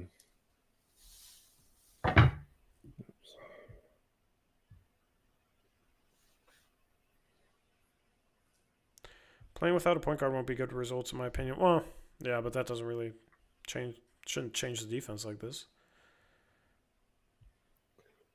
It's just insane to me. Having a smaller point guard should be easier to switch everything and keep guys in front of you. If you had Drew and So Sharp, that'd be better defensively. But but you have a switchable lineup. It's insane not to come out prepared to switch screens. They have their biggest guy on the floor was 6'9", Derek Queen. You know what I mean? It's a lineup you can switch against. This game was prime for okay, we're gonna come out and switch screens. And you see the third bucket of the game for the Pelicans is Shane Sharp gets back screened by the guy Chris Murray's guarding, and Chris Murray just hugs the screener, so there's nobody there to help, and they're not ready to switch. That's just proof to me of They're not game planning well for their opponents. They're just like, we're just going to guard everybody tight and see what happens. Like, that's generally the feeling a lot of times. Oh, and then if that starts going bad, then we're going to run a 1-2-2 zone. Like, it's just, there's no thought, it seems like, that's put into the defense right now. And if there is, they're doing an awful job to execute it. Because if you're going into this like, we're going to switch screens, we have a switchable lineup, and then you got Chris Murray there, like, hugging the screener. Even if you're not switching everything, the guy guarding the screener, that third bucket of the game, the backdoor that Herb Jones got, like, Chris Murray should be in help. And then if Sharp can't get through the screen, then all right, we have to switch. You can't just not guard the guy getting a back screen set for him running straight to the rim. So it's not even just like the game plan thing. It's just situational lack of awareness from Chris Murray. He had so many examples of that tonight. But it's just like, how are you not prepared to switch screens when you have a switchable lineup? You don't have a rim protector. Play to your strengths. Don't press up, get beat all the time, and then not have any idea what you're doing on screens, so you have a freight train downhill when you don't have a rim protector. They literally played to their weaknesses today instead of to their strengths. And that's why I will not sit here and give them the excuse of all the players they're missing, because they still have what are supposed to be good defenders. But you have a lineup that's, if it can do anything defensively, it's switch, and you're playing as if you still have Donovan Clingan back there protecting the rim when you don't. You got to adjust. You can't just sit here and be like, we're just going to do the same thing and hope it works when we don't have our 7-2 big. We have Uprise behind us. No, you got to be malleable to your own personnel and to who's on the other side of the court from you, who you're guarding. There's just no situational thought put into the defense right now from both the coaching staff as well as the players on the floor. The lack of situational awareness is insanely bad. So that's why the defense sucks. I feel like this is as good as we've broken down why the defense is struggling. That's what I wanted to do tonight. I wanted to give you guys, especially because we don't got another stream until Sunday, and then the next stream after that's Thursday, I wanted to give you guys a clear picture, and us even, a clear picture as to what the hell is going wrong with this defense right now. Because it's not good. Nope. Anyway, we got to do Tankathon today, and then we're up. Yeah. Gots to. Got to. I mean, we lost to the worst team in the league. Now they're not the worst team in the league. Man, we're not close enough to pass them. Cronin's a genius still, Tori. He lost to them on purpose so that later in the season. True. Yeah. All right. So, Portland's now tied for 9th. Best lottery odds with Dallas. They're tied for the final play-in position with Dallas. They're tied with Utah. Right. What's up? Oh, that was Google Meet. That was our Google Meet from here. Oh, wait. Where's your camera? Hello? There we go. We're tied with Utah. And Dallas. It's funny because Washington's like a game behind, but they have the best odds. So technically, we're only 4.5 best out of the top odds, Eric. Can we do it? Can we tank another year? We are not better than OKC. Oh, we're not? We're not better than OKC? You mean... We can't even out-tank OKC because they have so many picks. Oh, you're talking about their pick. Yeah. I was like ready to be a smartass there. 24-1. But we won our championship. We're this one. Hopefully they go 81-1. So we can sit there and be like, we're the only reason they didn't have an undefeated regular season. Yeah, that'd be pretty cool. They've won 16. Dude, they'd be 25-0 if we didn't squeak out that 2-point win against them. People are like, how did we beat OKC? I don't know, because we didn't play like dumbasses defensively. And we made some threes that we don't normally make, if I recall correctly. So, yeah. But tied for 9th best odds. We're tied with Utah for 8th, but they've played 2 less games, so they have a worse win percentage. But, like, you got a chance to really start to move up. You're only 2 games out of 6th, 2.5 games out of 5th. The Blazers could tank for Cam Boozer or Darren Peterson. Darren Peterson would be fun. But then what are you doing at the guard spot if you had him? I don't know. He's 6'6", right? Can you play him at the 3? I don't think he looks 6'6". Yeah. Good news is he'll have to measure. All right, let's simulate it. 14, San Antonio via Atlanta. 13, Memphis. 12, Milwaukee. 11, Dallas. And 10 is Portland. I went a little fast. Who moved up? The Utah? No, it's an Eastern team. Who's 11th in the East right now?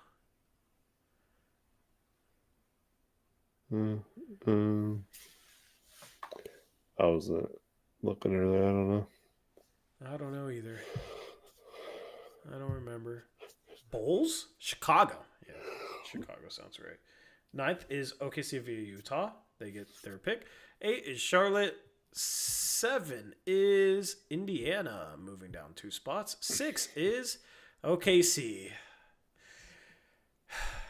Okay, this isn't a cursed sim. And 5 is Washington. At 4 is Chicago.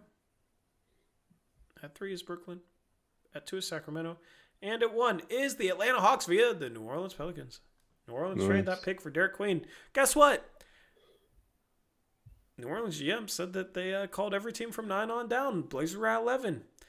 And offered this pick for Derek Queen. If the Blazers said no to this pick, I told people this could be the number 1 pick. You don't know how high it's going to be. No, it's going to be a top pick. If we said no to this pick because we were so fixated on Young Hansen, when we might have been able to get him at 23, and if not, you just draft another prospect you like. If we said no to getting this pick in 23 for 11, Atlanta traded 13 for 23 in this pick, so we had an even better pick than they traded for that package. If we said no to this pick, Eric, I hope one day we find out. Because if we said no to this pick, it's the most blasphemous. It's almost worse than trading this pick in the first place. Because Derek Queen's looked really good. At least you could just say, oh, well, Derek Queen might be better than who we would have drafted with that pick. Honestly, maybe he's looked pretty good. If you said no to this pick because of Young freaking Hansen, that might be the worst GM blunder in Blazers history outside of passing up on Michael Jordan. Like, that's insane. I wish we could be sitting here like, yay, we got the number 1 pick in this tankathon, Eric. Man, can we have a sim where we get number 1 and number 2? Anyway. That'd be pretty cool. I'm just bummed because this season is starting to feel like we just got to make it through this season. Draft is loaded. Maybe we'll take at the end. And, then we have Dundon. And then we'll have a new coach. And then we'll have a new GM. And then Dame comes back. And then the Milwaukee picks are right around the corner. And, all that stuff being around the corner is nice. But, I don't want the season to just feel like we're just waiting for that crap and waiting out the rest of the season. And it's starting to feel like that. They're 9-16, which I think I predicted. They're 9-16. They've lost 6 out of 7. We said this stretch was going to be really hard, but you lose at Memphis. You lose at New Orleans. Not only that, we said at least this team's competitive most games. You lost both games by 23 points. So that's out the window.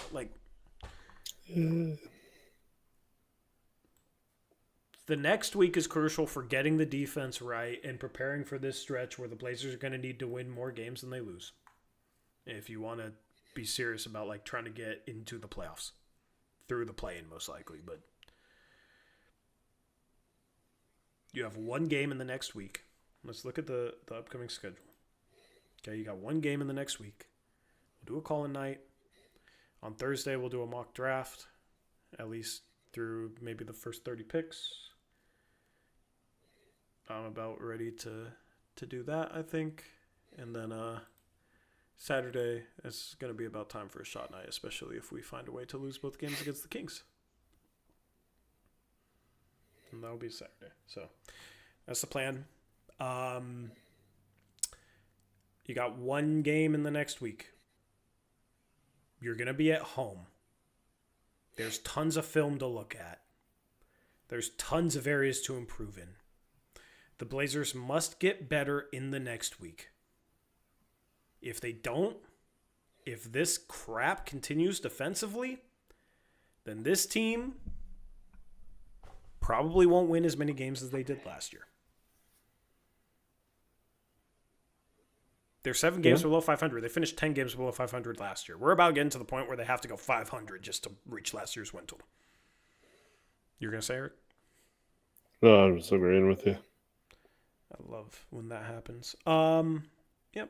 So, where the freak is Scoot? I don't know. I don't think he's playing before January. Where's Drew Holiday? I don't know. He might not play before January. Who knows? And then every other player is getting sick. So that's cool. Yeah.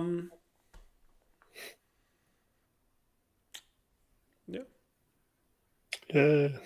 Anyway.